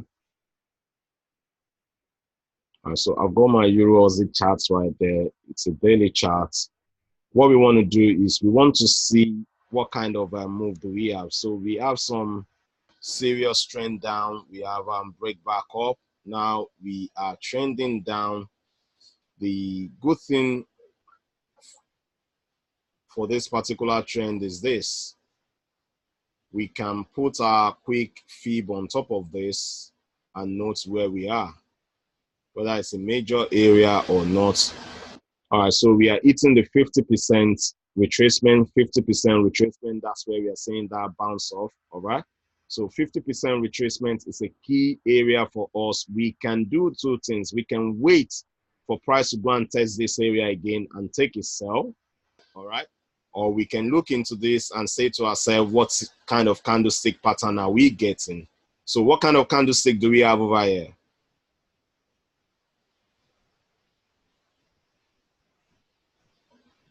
Anybody in the house? Everybody is sleeping. A doji. So we have a doji right there. Right. So with a doji around the 50% retracement, that is a double combo combination for us to say to us that, all right, this looks like a triple top. We have a push up higher here, we failed. Another push up higher there, we failed. The third time push up higher, we failed. Coupled with a doji now, all right, which shows us that we are tired at that particular zone.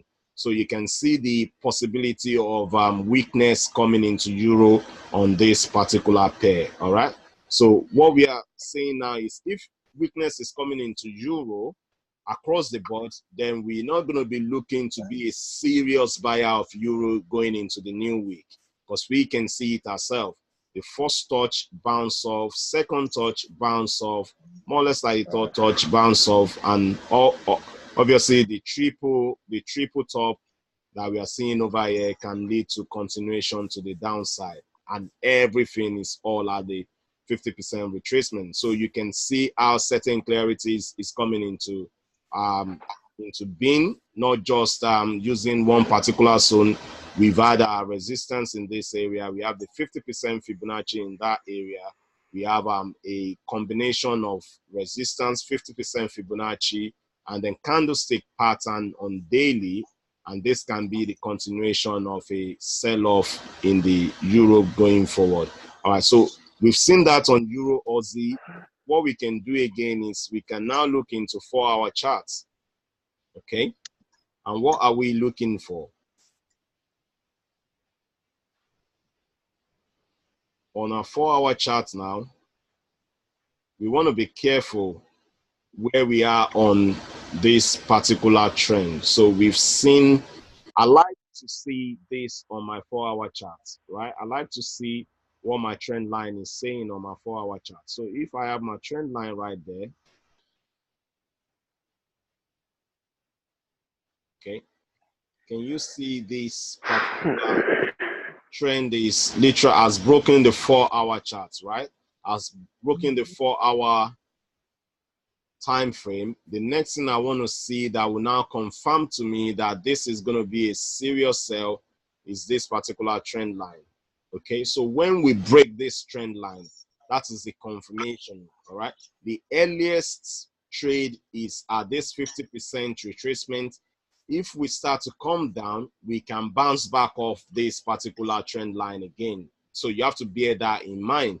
If we do not see the break of this trend line, that is the time whereby you're going to be thinking to yourself, okay, now I want to be a seller, but we've literally pushed price down to this particular trend line, but we are not breaking it successfully with impulsive move, okay? And this is an area for me to say that I'm going to be changing my mind, and there's possibility for price to push back up and break all these zones. But I mean, that is the reason why we say that's the reason why we always say that the price, this is the way the price works. The price works in a wave. All right. So you can have this first wave. You are looking for the second wave.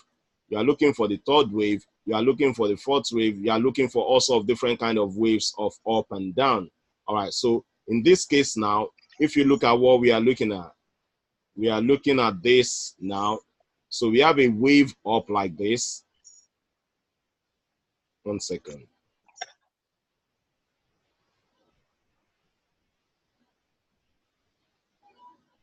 So we have that. Sorry, I got the wrong tool, completely wrong tool.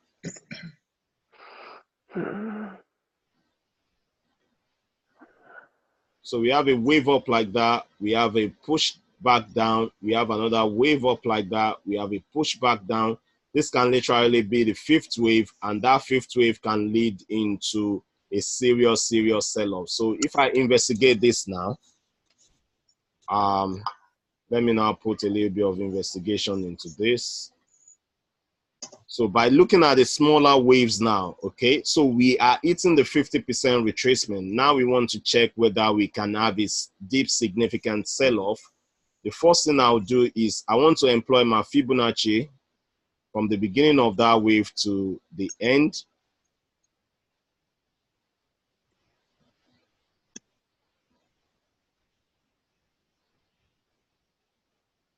All right, so because this is a trending move up, okay, because this is a trending move up, I will be looking into wave theory for the trending move up. And what I can see is this, and it's so glaring now that we have a wave 0 to 1, 1 to 2, and then our 2 to 3 will always end at 1.618 or 2.618, okay? Where did we end? Can you see where we are? Yes. And what is that?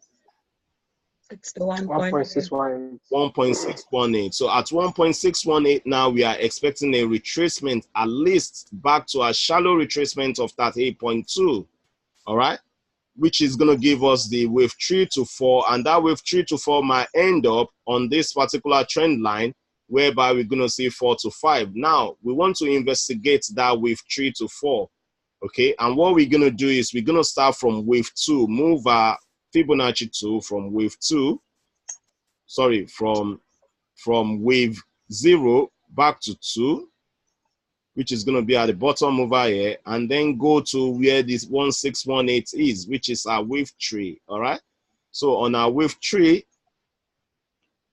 combining it together with the wave 2, we'll be looking for 38.2, which is going to be exactly at 61.8. If I reverse this,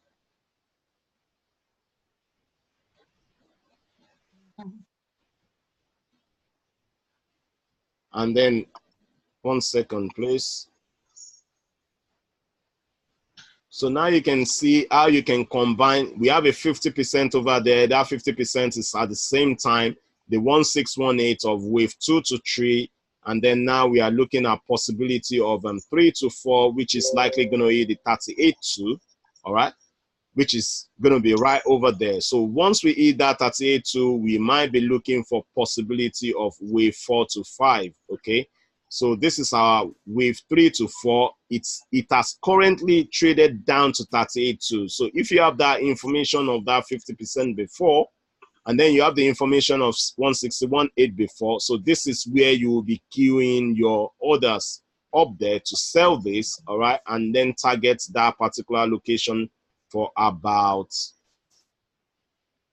118 pips. You would have made that, and that would have been in your trading account by now. So I mean, there are a couple of things that need to be understood, and the funniest part of everything is if we do not delve into different charts, all right, different kind of technical analysis will not be coming out, you know. And some of these things you need to know them. It's quite important for you to know them so that we can see the possibilities that's coming in over the new week. So the possibilities that we are looking at over the new week is we're not actually going to be a serious, massive seller of the euro, but obviously we are expecting some weakness coming into the euro. The first weakness would have been when we hit that 1618, technically, all right, and then price has come all the way back down.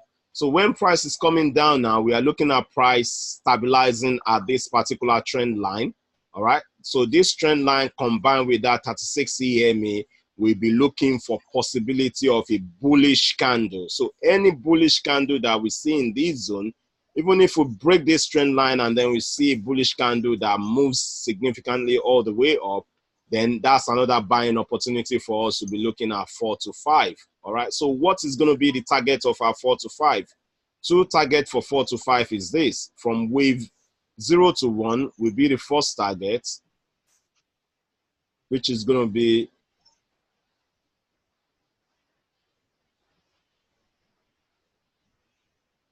that entire about 273 pips. If I clone that, okay, excuse me, Control Z. If I clone that and put it right over here, all right, so I'll be looking for my 5 at least to this zone if it is going to be a complete wave, if it's not going to be a fail wave. Right? Another way of looking for 2 to, or 4 to 5 is to put the 4 to 5 at 1618, okay, which is going to be in this particular region here. So this is another area to sell this particular pair. All right. So now you can see things going into future. You can see things as at where it is currently, and all we're looking for on Euro Aussie is for possibility of price to stabilize itself around this particular trend line before we start to look into buying opportunity of the Euro Aussie. And then what we want to do is we want to place a stop somewhere where we're going to feel safe. Normally the stop should have been below here. Let me get you the stop. The stop would have been somewhere below here, which is about 208 pips. That's a big stop for this entire wave. All right, but now that we have this particular trend line, if we are bouncing off this trend line, then we can have a much more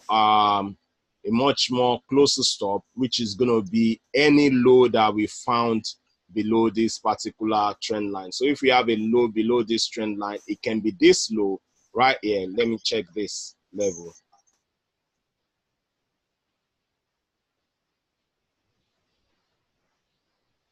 About 94 pips. That's a lot high as well. You don't want to be risking that much. I mean, so that's the reason why price action will be our next stop. So if we have a move that's coming all the way down to this trend line and we fail to break this trend line to the downside, then obviously we are looking for possibility of our stop to be what? To be just below here. But one other thing that you may pay attention to is as price is moving higher, we can have a retest, okay? Have we seen a retest of 200 before? So we break the 200 moving average with a series. And this particular candles, I want you to be paying attention to when you see a bullish momentum like this. Excuse me. When you see a bullish momentum like this, can you see that bullish momentum? You can see that it takes price a long time to retrace. That bullish momentum happened in only 4 hours, and it takes price how many hours? About quite longer hours, about 18 different 4 hours candle to retrace a single 4-hour move. All right, so that is a clear sign of momentum right there. That clear sign of momentum will lead to continuation. That continuation can eventually lead into our 4 to 5 waves that we are looking for. So we can be looking for possibility of price to come back to this trend line or come back to this 200-day moving average. Those are the go-to areas where we're going to be looking for possibility of buy. In case we break this trend line, remember we have, in case we break this trend line, we have 200-day moving average. We still have this trend line that is holding. All right, so price can do some erratic movement, especially if we have any news coming up in the next week in the Aussie that can literally strengthening Aussie and weaken the price of Euro Aussie. So the good trade for us over here is to be selling this 1.618 right there. If price gets there, all right, it will give us a much more lower risk trade. All right, look at the other thing that it will give us. So it will give us a much more lower risk trade. It will give us a particular zone around there of 78.6.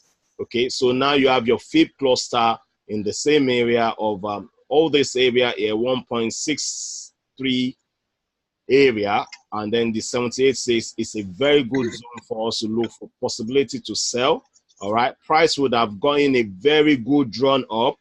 All right, and then this is the next area where key sellers are waiting for this particular opportunity over here. So if we're looking for sell opportunities, I will be more than happy to take these sell opportunities at 70 at this zone. It's closer to my 1.618 as well. All right, it will give me a very low risk and high probability trade, and this is the place where you can get that sniping opportunity that you see in the Mastering the Market chat room. So now you can combine your 1.618, the 78.6 on this bigger time frame, and these are good areas, these are good zones to look for trade opportunity in the following sessions.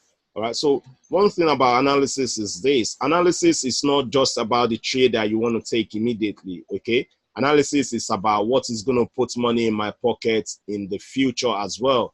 Okay, and when you look at this zone, can you see how good this zone is? So don't start to be thinking of that immediate gain. Okay, because the analysis that we do today is what is going to pay us in the future. Can you see how we are mapping out our future now?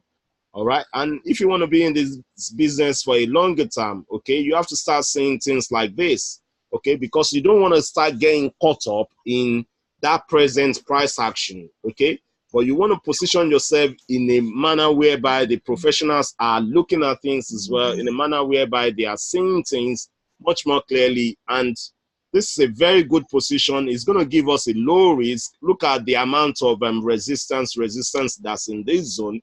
So what's the point in risking all the account balances that we've got over here when we can start to take trades opportunity over here? All right, so for people who want to take advantage of, say, for example, the funded account that I provide, this is the kind of an opportunity that I would expect you to use to be building that account.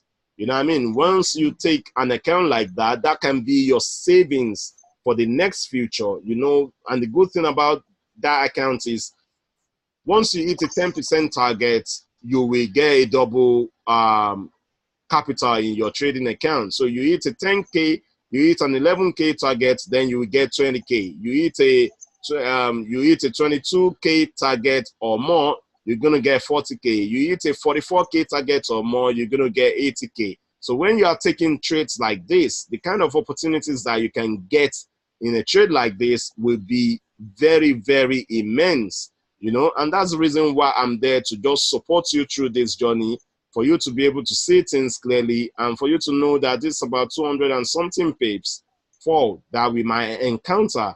So why are we going to be stressing ourselves for 20 pips when we have this 200 and something pips at least coming back to this area of support? That is 200 and something pips, just taking our trades from that area. So that's my next trade opportunity.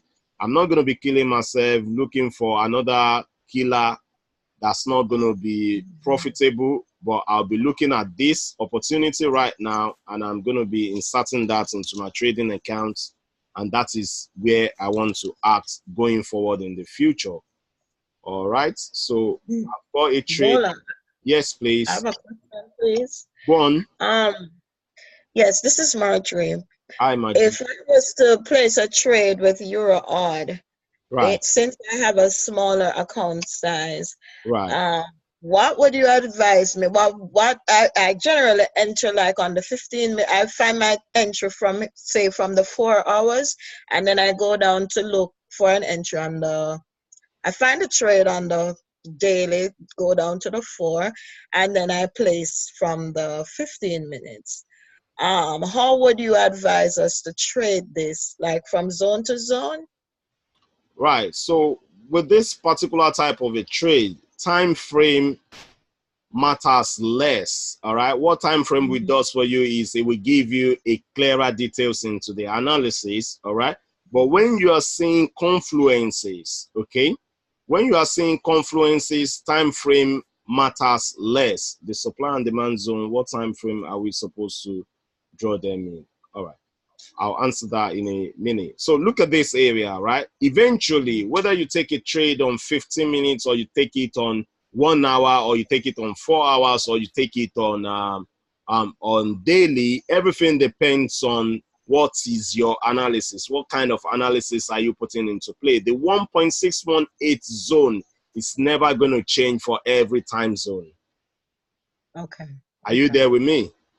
Yes. All right. So if you're taking a short-term trade opportunity, then you might be looking for a particular time frame. But the 1.618 based on this analysis is a static zone.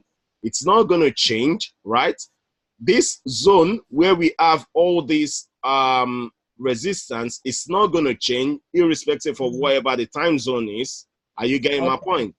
Yes. Right. So I want you to be clear in how you are making decision. You can drill down from what's it called? You can drill down from a daily to 4 hour to 15 minutes entry. It's not a bad idea, right? But that means you are looking at a trade in the moment, okay? But when you're looking at possibility of trades in future, if I put a trade on this particular zone now, it does not matter what particular time frame for me right about now when I'm putting on this trade. All right. I'll share a very brief opportunity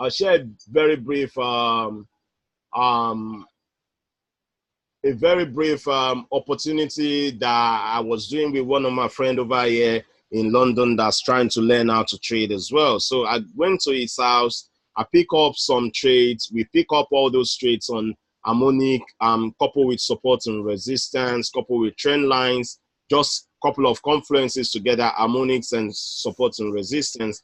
And I show him how to draw the harmonics. I draw them. I pick up all those trades. We did it on a Saturday night. To be honest with you, he's just starting to learn how to trade. We put on all those trades on the platform. He came back to me literally to come and say to me that, wow, he even brought his account that the one that he was messing around with, like trying to just hear what people say or just jumping on an opportunity without doing the proper analysis and following the trade. That was the only trade that went into loss. All the other 7 trades that I picked for him in his house and everything to show him how to get this done, all of them went into profitability. Right? Because when we are doing this, we are considering so many factors together. We are not just looking at one particular thing, right? So look at the way that we drill down from weekly, okay? Yeah. When we drill down from weekly, now we look into daily. When we look into daily, we look into 4 hours. Now we are looking at what we are looking for most of the time is what is high probability. So we might not be seeing the high probability in the immediate time period. The high probability might be to look into future, and you cannot take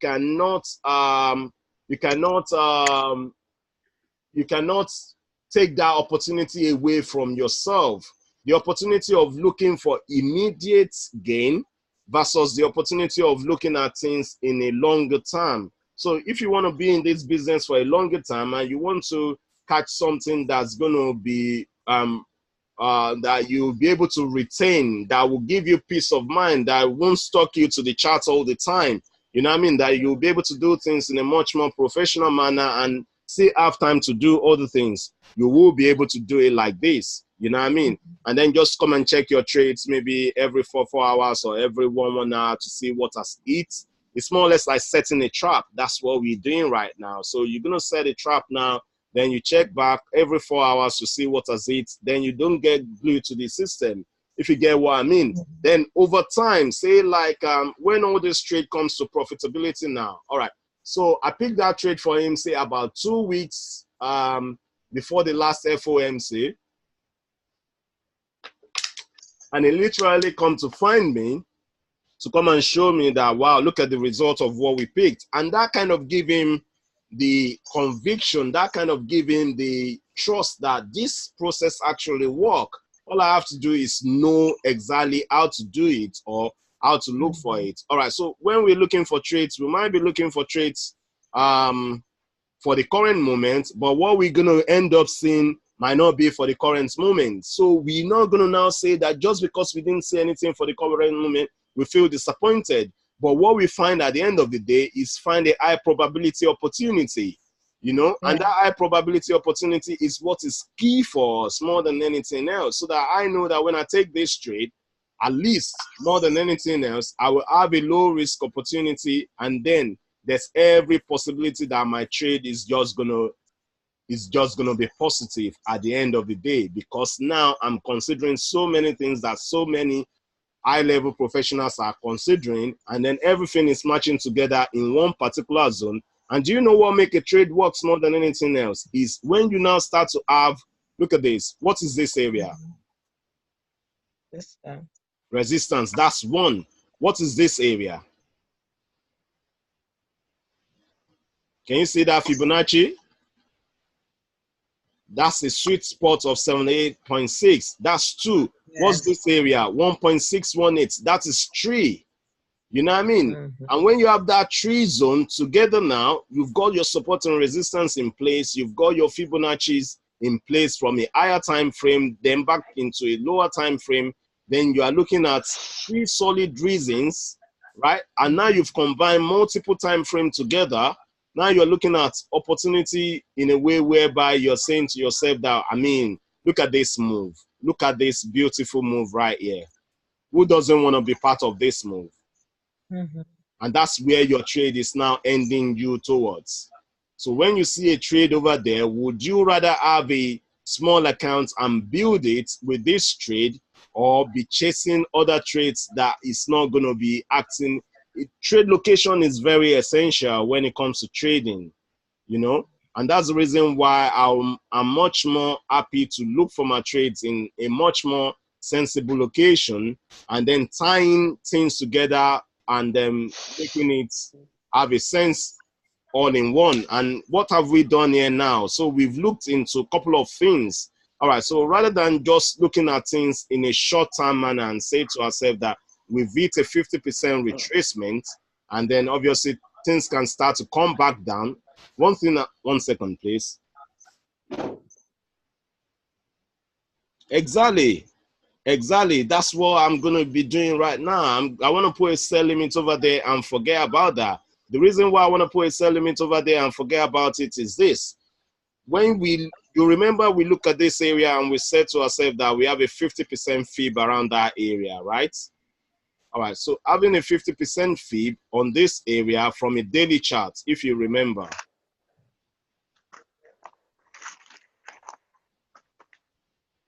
So I put my fib from this high then to this low, okay?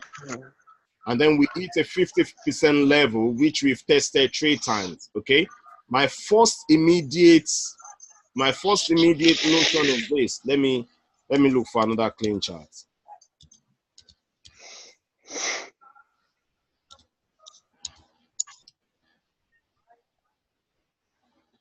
All right. So I was looking at this particular move right here. On a daily, I catch the week and then I catch the low right there. Right, so this one is a funny, trickish one. I don't know the reason why it's giving us at 38.2, but that's what some brokers does. It doesn't really matter, but let me look for possibility of another broker. It was at 50.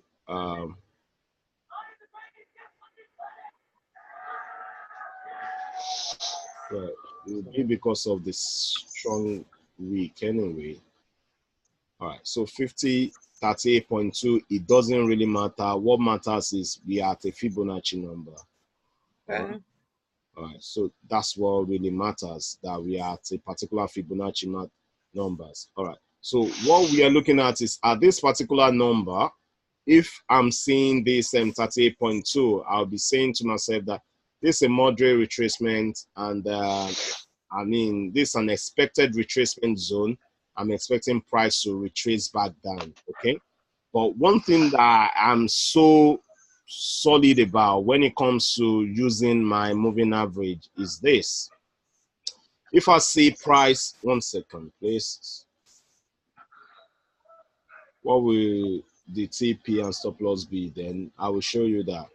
Right. So if I see price breaking the 200 moving average to the upside, right, and I see my 12 above the 36 EMA, all this cross is showing me that this is positive. This is going to the buy side, okay? Although we are at a very particular strong resistance zone right now, right? I expect price can literally retrace a little bit back down, okay? And if price retrace a little bit back down, that will be retracing back to that 4-hour trend line that we have right here. 1 second. Mm-hmm.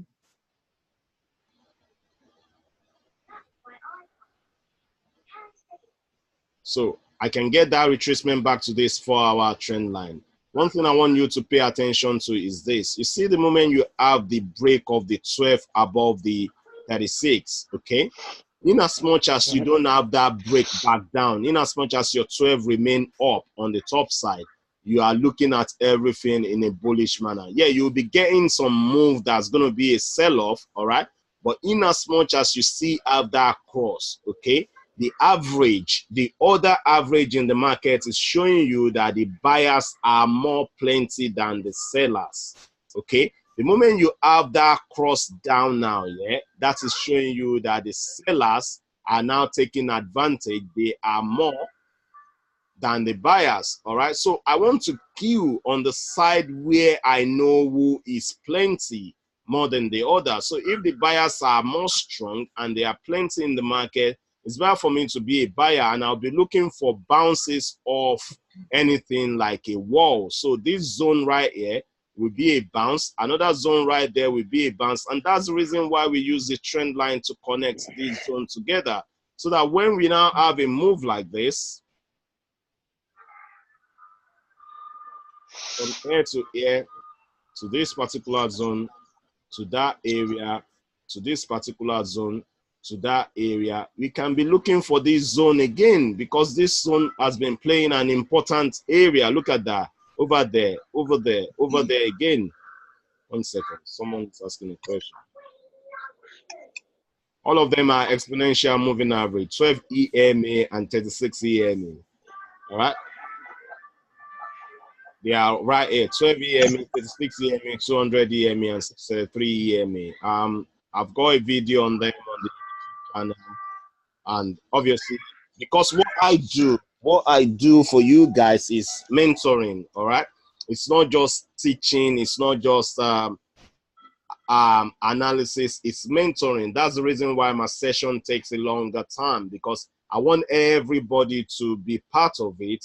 I want everyone to be able to ask their individual question. I want everyone to get a little bit more clarity, and I want things to just proceed in a much more positive manner for you. There's no point in me dedicating 1 hour to you guys. There's no point in me dedicating 2 hours to you guys if you're not going to get something to take home with. You know what I mean? So that tomorrow, you will now still be asking that question tomorrow. It wouldn't look clear. It's better that no problems.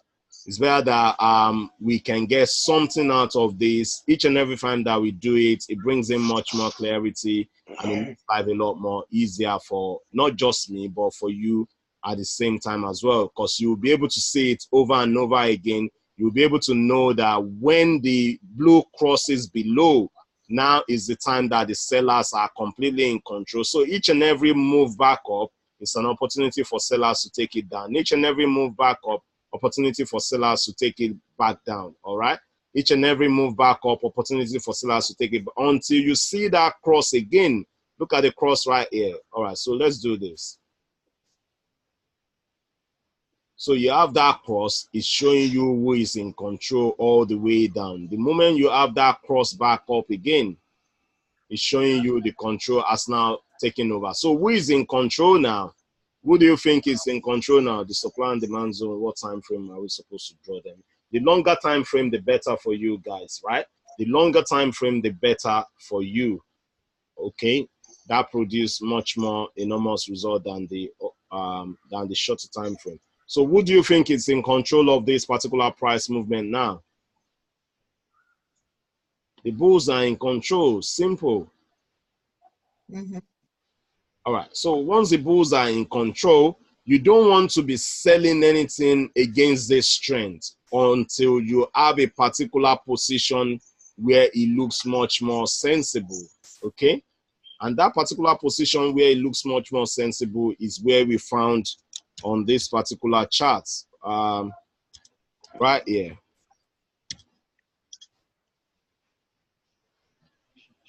So when I draw this one and I pull my fib from here to here, we find our zone right here.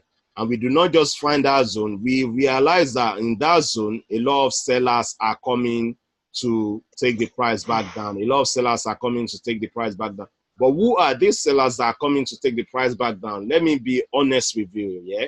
You see the bankers, the investment bankers, everybody has got a price target. So the Barclays Bank, the UBS, the Credit Suisse, the Citibank, every one of them has got a price target because they can stay in the market for a longer time, more than you and I, because of the kind of business that they do.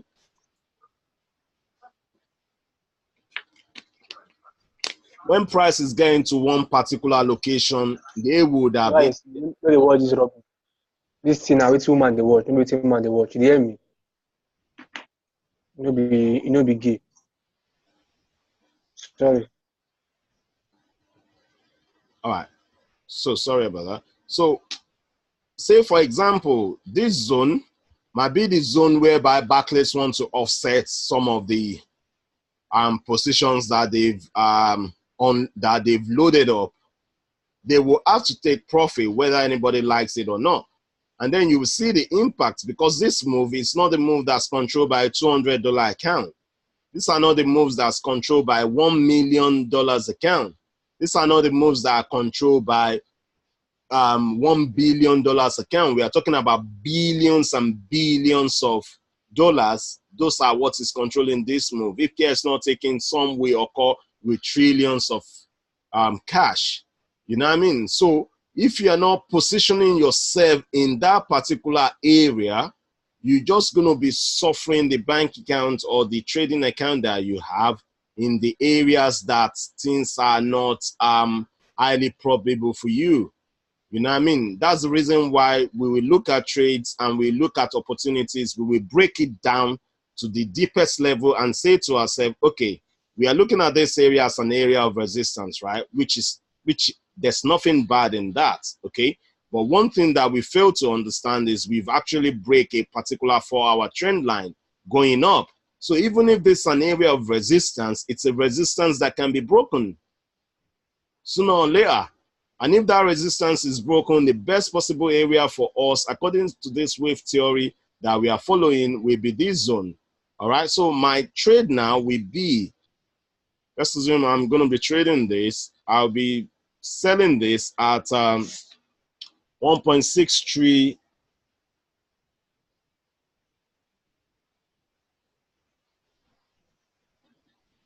So I'll look at it and be selling this at two particular locations, 1.63. You see, when I say 1.6348 and 68, I like this zone because I know that we are closer to the 50. All right. So I can pick 1.6350 or even 68 zone. Let me first of all pick the 60. Sorry, the 50 zone. So in between, I've got 20 pips different. Excuse me. So I can say 58 or 55 even. All right. I've got 20 pips difference. The next thing that I can do is I can look at the resistance that's available and say to myself, let me put a line on that resistance right there. So that's giving me 55, which is more sensible now.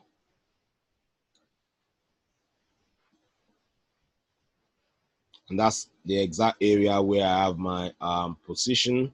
All right. So my stop now will be just a little bit above there. I can say to myself, I want a 20 or 30 pip stop. All right. And this is not going to be some position that will break your account. Okay. Just start to learn how to trade like this, before you know it, things are going to be coming up in a much more sensible manner for you. And then even with this one now, the first target now will be something sensible for me, which will be this area of 161.21.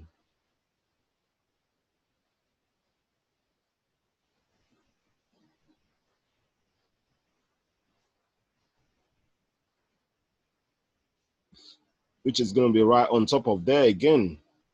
All right, so I can leave it at 130. Okay, so once that position hits, I will be looking for opportunity to add on to my position to continue this sell. Okay, once it hits, I'll be looking for opportunity to add on to my position to continue this sell. But it's a very good location. I can have a 3K position right there and just know that my stop is minimal, just about 4 pound, and then I'll have a trading result of about 20 pound, which is good for a small account going forward for people trading small account. All right, so that is another particular trade right there for us on Euro Aussie. There's every possibility that we will end up breaking this resistance zone. If we do, just because we break this particular 4-hour trend line, I don't like to go against my 4-hour trend line if it's going up, and then I'll be looking for possibility of that sell right over here, rather than looking for it at this particular 50% retracement. Just because we've broken this 4-hour trend line, I don't want to sell so hard into this. I want to sell the ice, and that will be much more sensible for me going forward.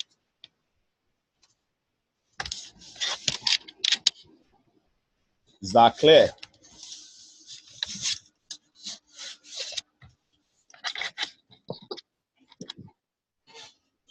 All right, so that is that for Euro Aussie.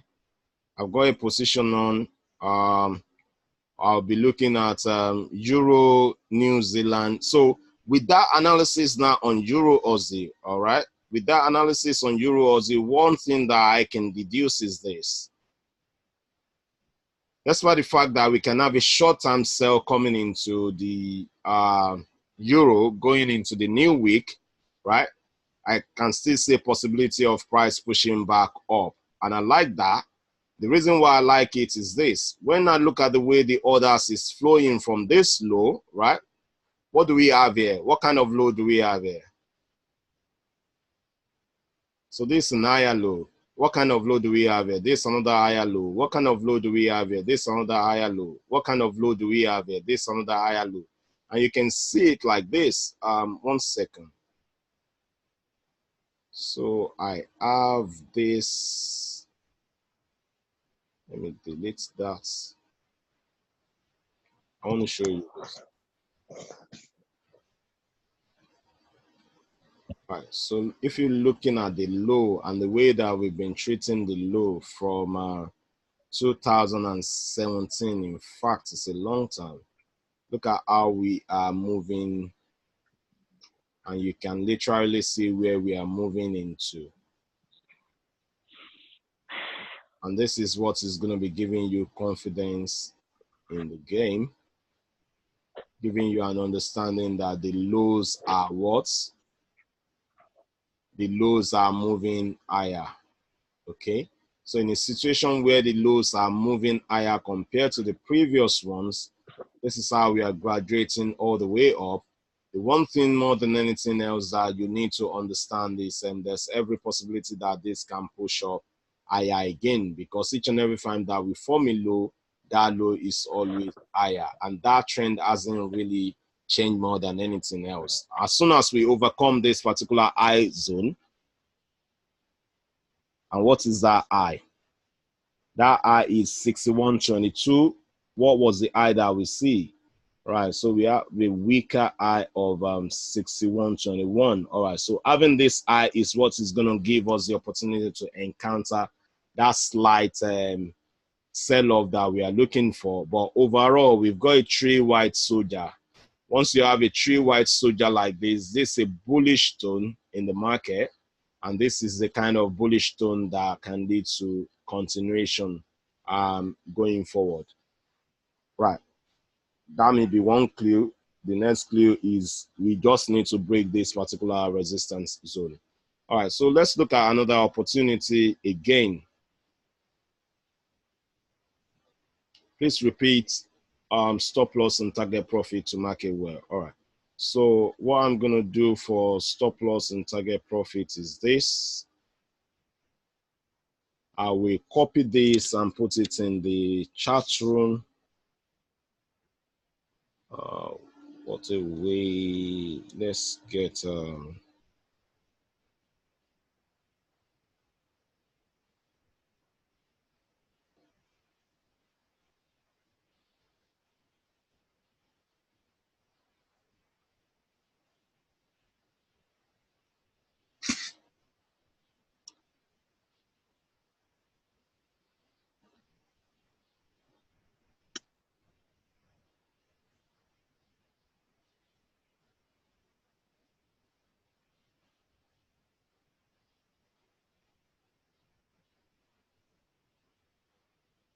all right, so with that, everybody will have it and you won't feel lonely again.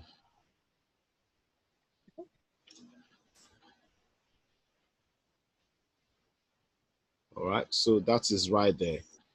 Right, so the short-term sell opportunity that we can have coming in will be what is going to be benefiting the Euro Swiss going forward, will be what is going to be benefiting the Euro Yen going forward.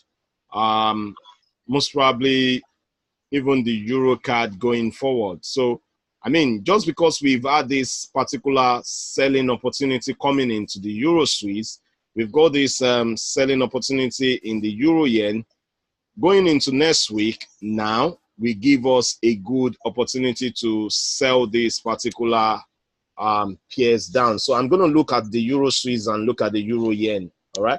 The reason why I bring up all these charts like this is for us to see where the strength is the most and where the weakness is the most. Okay.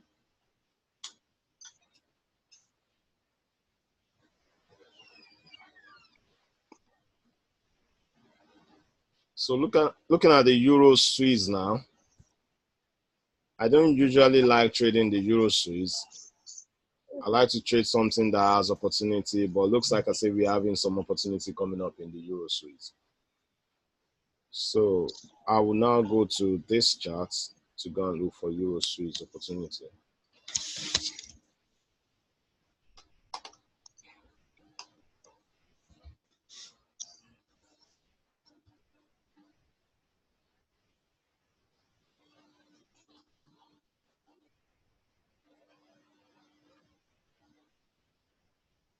Wow.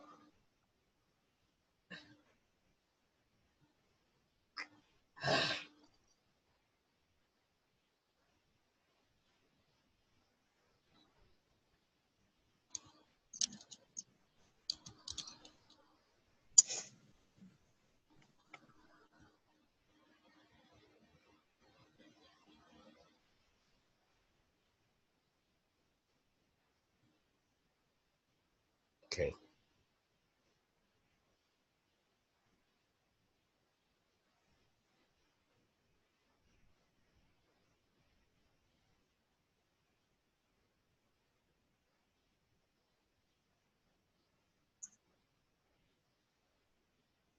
All right, so this is our Euro Swiss chart.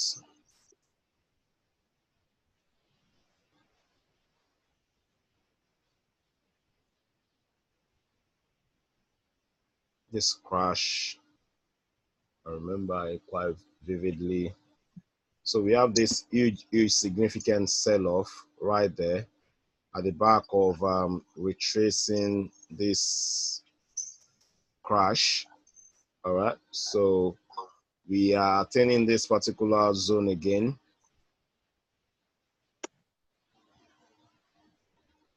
Can you see that is where the sell-off begins? So this particular supply zone again is what triggered this sell-off that we are seeing in the Euro Swiss, okay? But the good thing for us is we have we've broken an area of resistance. right? Which is going to be a zone right here.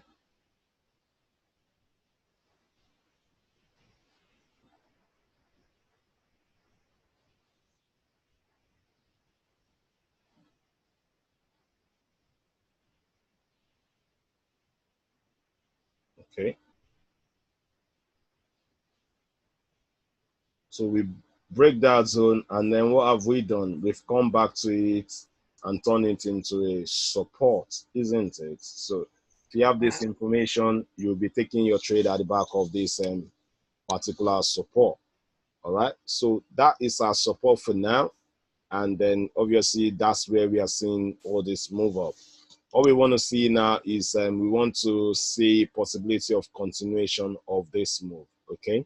So for us to see that going forward, a couple of things that we can do is the first thing first is we can be analyzing this major move alone first of all.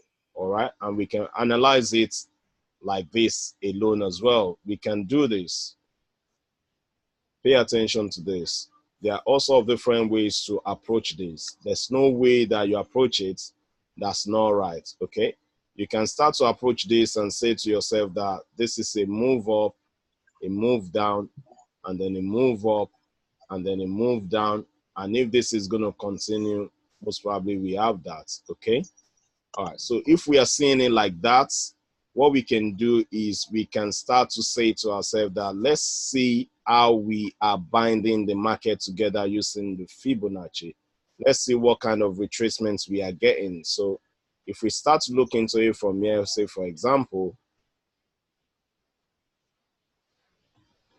so if we have a move from here to here and we got a retracement back down to this particular zone, 6182% zone, the next target will be this area, right? So our 1 to 2, which is that particular move that we are seeing for a wave theory, will be giving us that 2 to 3 right there, okay? So having that 2 to 3, we'll be looking for possibility of 4 at 38.2 at least for us to see 5, okay? So now what we want to see is we want to move our Fibonacci back up to here. All right, and then move this back up to there and see what kind of retracements we are getting. So we can see that this particular retracement is coming back to almost the area of 38.2 right there, okay? We are bouncing off the 50, which is still giving us a solid confirmation that we can see continuation of this move to the upside. How much patience do we have is just the other key thing that's important. So what do you want to do is you can check this. You can look for whether we have an equal measure move from this 1 to 2, okay? And then you can clone that and then bring it up to here for 2 to 3, for 3 to 4. All right, so we've got a little bit of an extension of that, which is not bad, but we've seen the equal move in time and price already. So we are having possibility of a continuation coming into existence very soon. All right, but where we are currently is another key issue for us.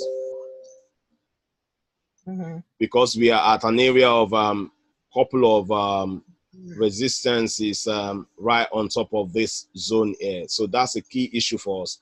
For us to see that continuation, we want to see price going forward. So what we're going to do is we're going to look at this going forward. We're going to look at it on a daily now to see what we have.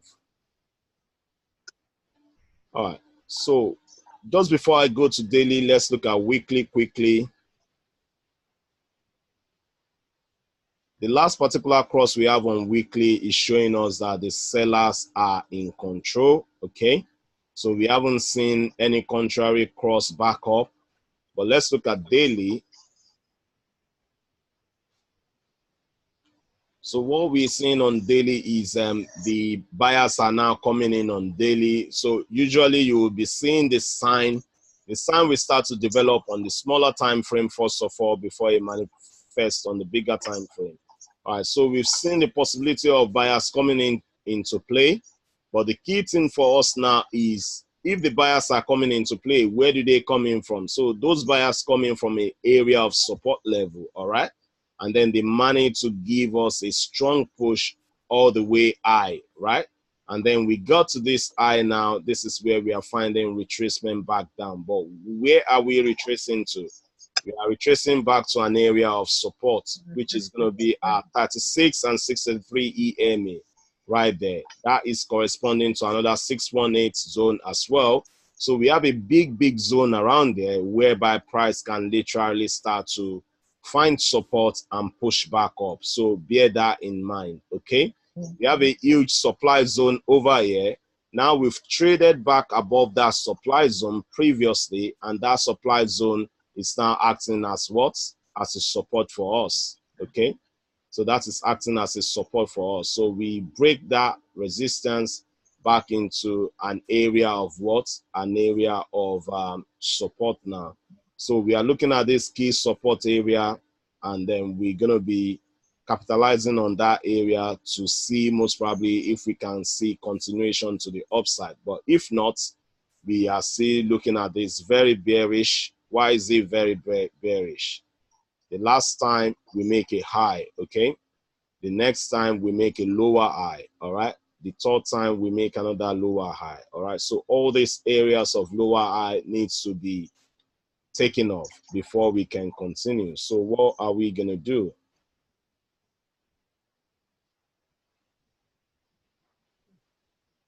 We want to employ a trend line on this zone so that until we break this trend line, we're not going to be looking to be a serious buyer, all right? So everything below this trend line is a sell until we see the break of this trend line. It's so important for us to break this trend line. That will signal a key decision or a key turning point to the professional traders to say that, okay, now that we've broken that trend, there's possibility that it's the right time for us to take the trade up. Everything is about timing, and how do you get the right timing? So that's when you start to use tools, all right? So the tools will be gauging the right timing for you. So would I go ahead and say that I want to buy here? No, I'm not just going to say I want to buy here, because the buying from this particular zone can get me into a bigger trouble. Although I have some areas of high probability zone here that will now act as a big support for me to take a buy here. And if I take a buy here, I might be looking at this particular trend line for my what? For my targets. All right. So instead of me taking a buy here and thinking straightforward that it's going to break this trend line, no, I'm not going to think like that, because that's the same thing that happens in gold today. If I show you briefly, and that's where I took my profit on gold today, on that particular trend line. Let me show you that briefly as it has popped up.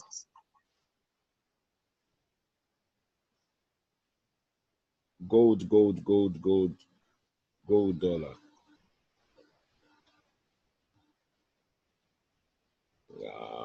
Let me look for it. There.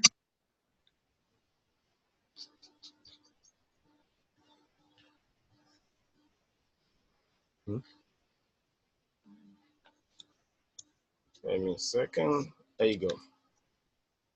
All right. So I'm gonna use this. Which one? I'm gonna use this chart to quickly show you what I found in gold today. That happened today. All right. So we've got the gold dollar.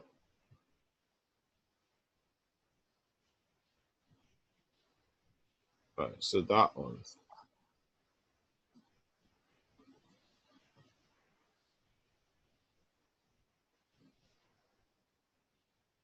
Well, it's taking its time to load up. In the meantime, I can show you on this chart. So when it comes to a bigger time frame trend lines, bigger time frame support and resistance, you gotta pay attention to them. You cannot ignore them.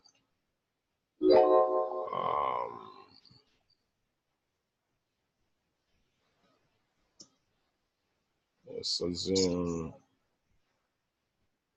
where is it? Don't run away from me now. Okay.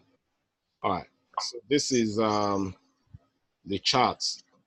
I was looking at this chart. I put my trend line from that eye. You can see it's a daily chart, all those eyes. And then we've hit that particular trend line first of all. In as much as we are still hitting that trend line, it's an opportunity to sell until we break it, okay? And that's what happened today. We hit that trend line a couple of times in this particular zone, all right? Even an harmonic end up forming there, and it's an opportunity to sell.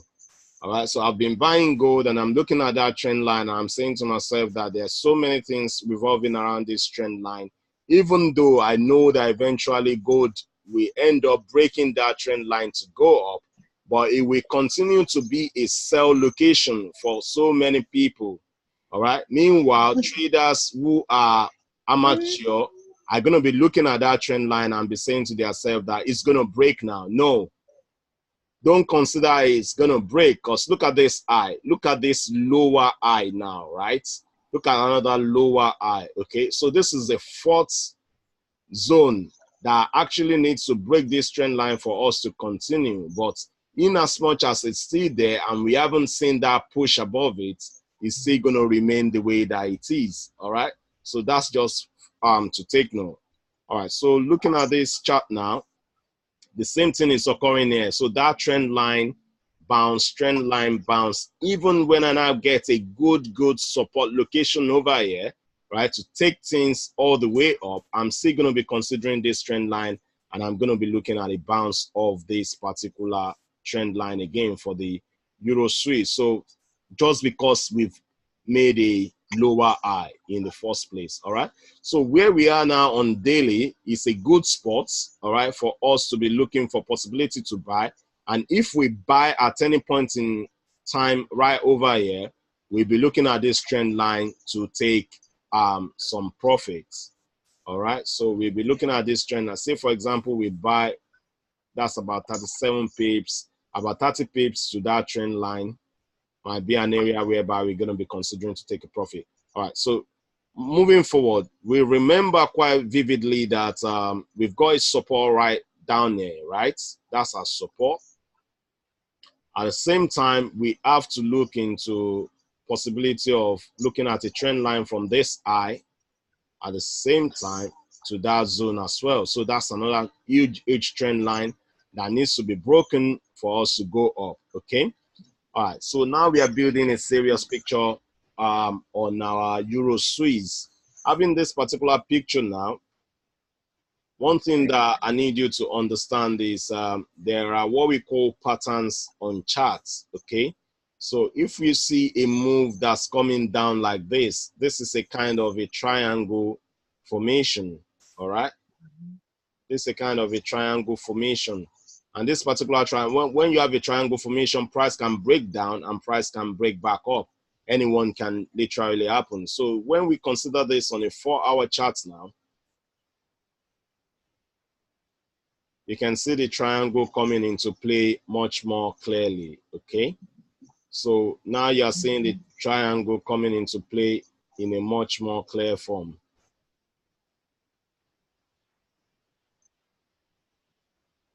All right.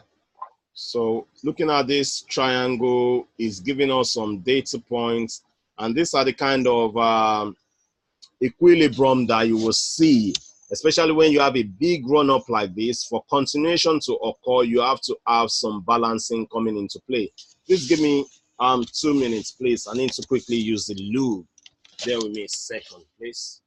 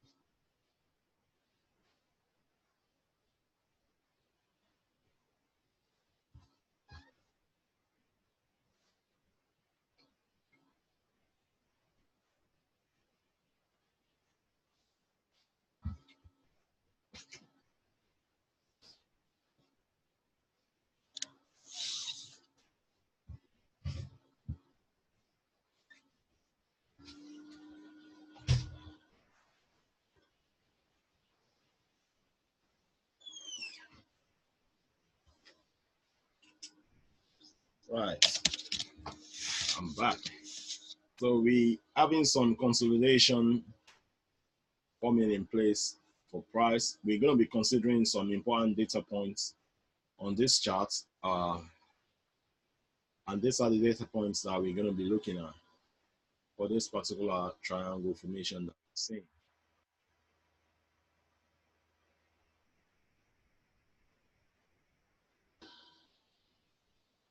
So we've seen a bullish move up, okay?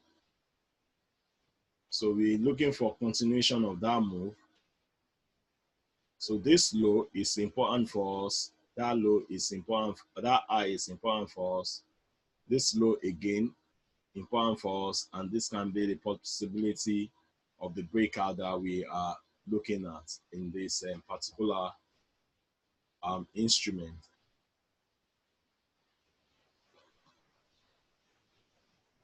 Seriously.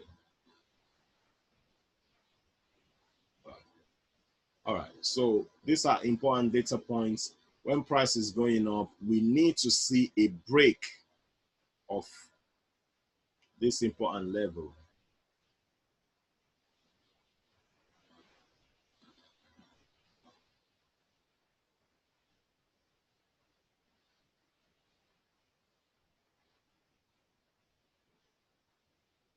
So on the way coming back up, all right, we might be getting a bounce off this zone. We might have a move like this.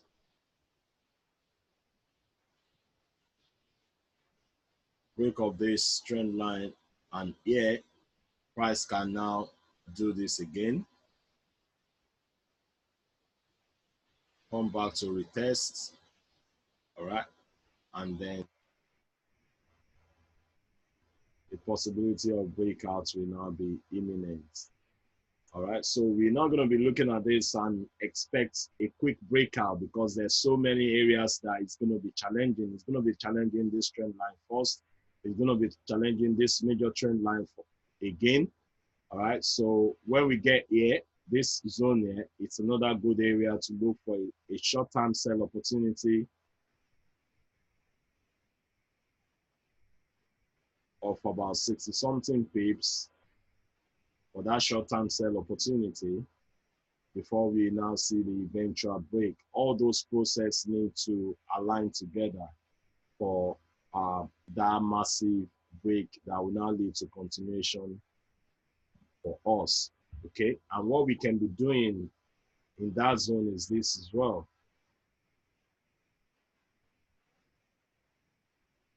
We can be employing our Fibonacci tools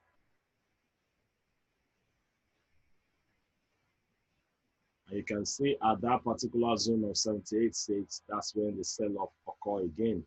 When we get back there, it can be another major zone with this resistance area again for another sell-off. And then probably eventually we will then break and continue to the upside. Just because we've had this massive bullish run-up, that's the reason why I'll be considering this to the upside going forward. All right, so that is that's on the Euro Swiss. The other thing that I want you to do is go and look at your weekly charts.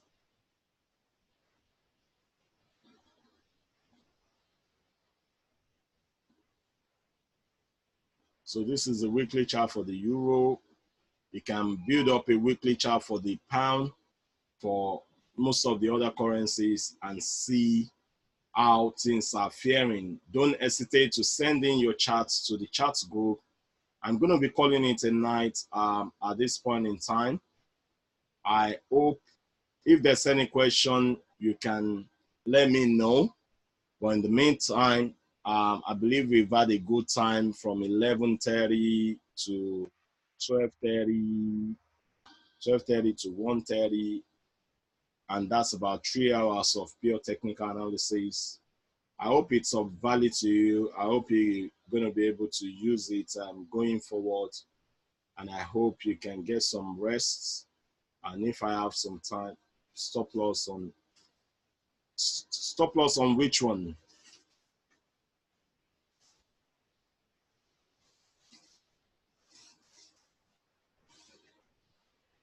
On which one are you considering the stop loss?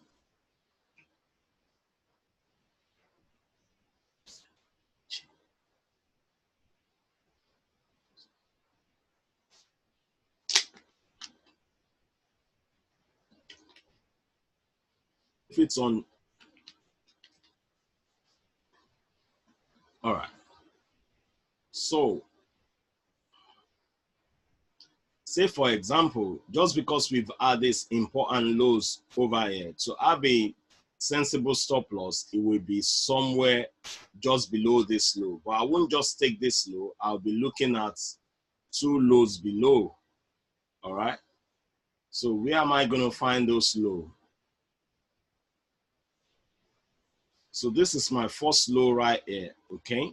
In order to have a very good structure, I'll be considering anywhere around there. So say for example, if this one presents me a very good low, this will be another important area just below here for my stop loss. From this area to this area here. All right, so the first low that you have as your major low, and then the second low, that will be an area of stop loss. All right, and I'll just add about 5 pips to that, making a 20 pip stop loss for this particular opportunity. So the major low that you have, then the next important low, you don't want to say price breaking down to this area. This would have been the best low for us, which is about 72 pips, okay? If you can withstand the 72 pips and stop loss, that would have been the best one that is much more visible, all right? But the first low would have been a stop below here, which is a good stop level. The second one will be there, and the third one will be here. So if we manage to trade back below all this zone, that is when we are wrong. That's an opportunity for us to start considering a sell. I hope that answers your question. Oladayo.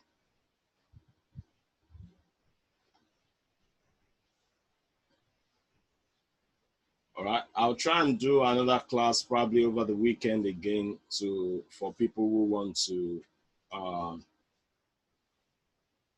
understand more about that. All right, okay. So thank you everyone for your time. Let me see who I've got. So I've got Bobby Collins, Forex Delight, and Sel Kwaku. How you doing, brother Kwaku, right there, all the way from London? And then I've got Nanli Steph, I've got Oladayo Oluwafemi again, Marjorie, Shike Joshua, and Taufik Okola. Thank you, ladies and gentlemen, for your time. I wish you a lovely weekend.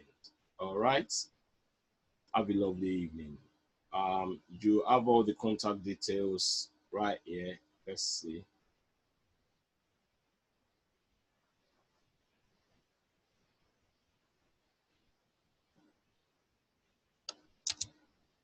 And then if you need to, Bobby Collins, I remember a discussion. I'm looking into it. Hopefully we can arrange something. Yeah. So, ladies and gentlemen, I'll be calling it a night now. Have a lovely evening. Bye for now.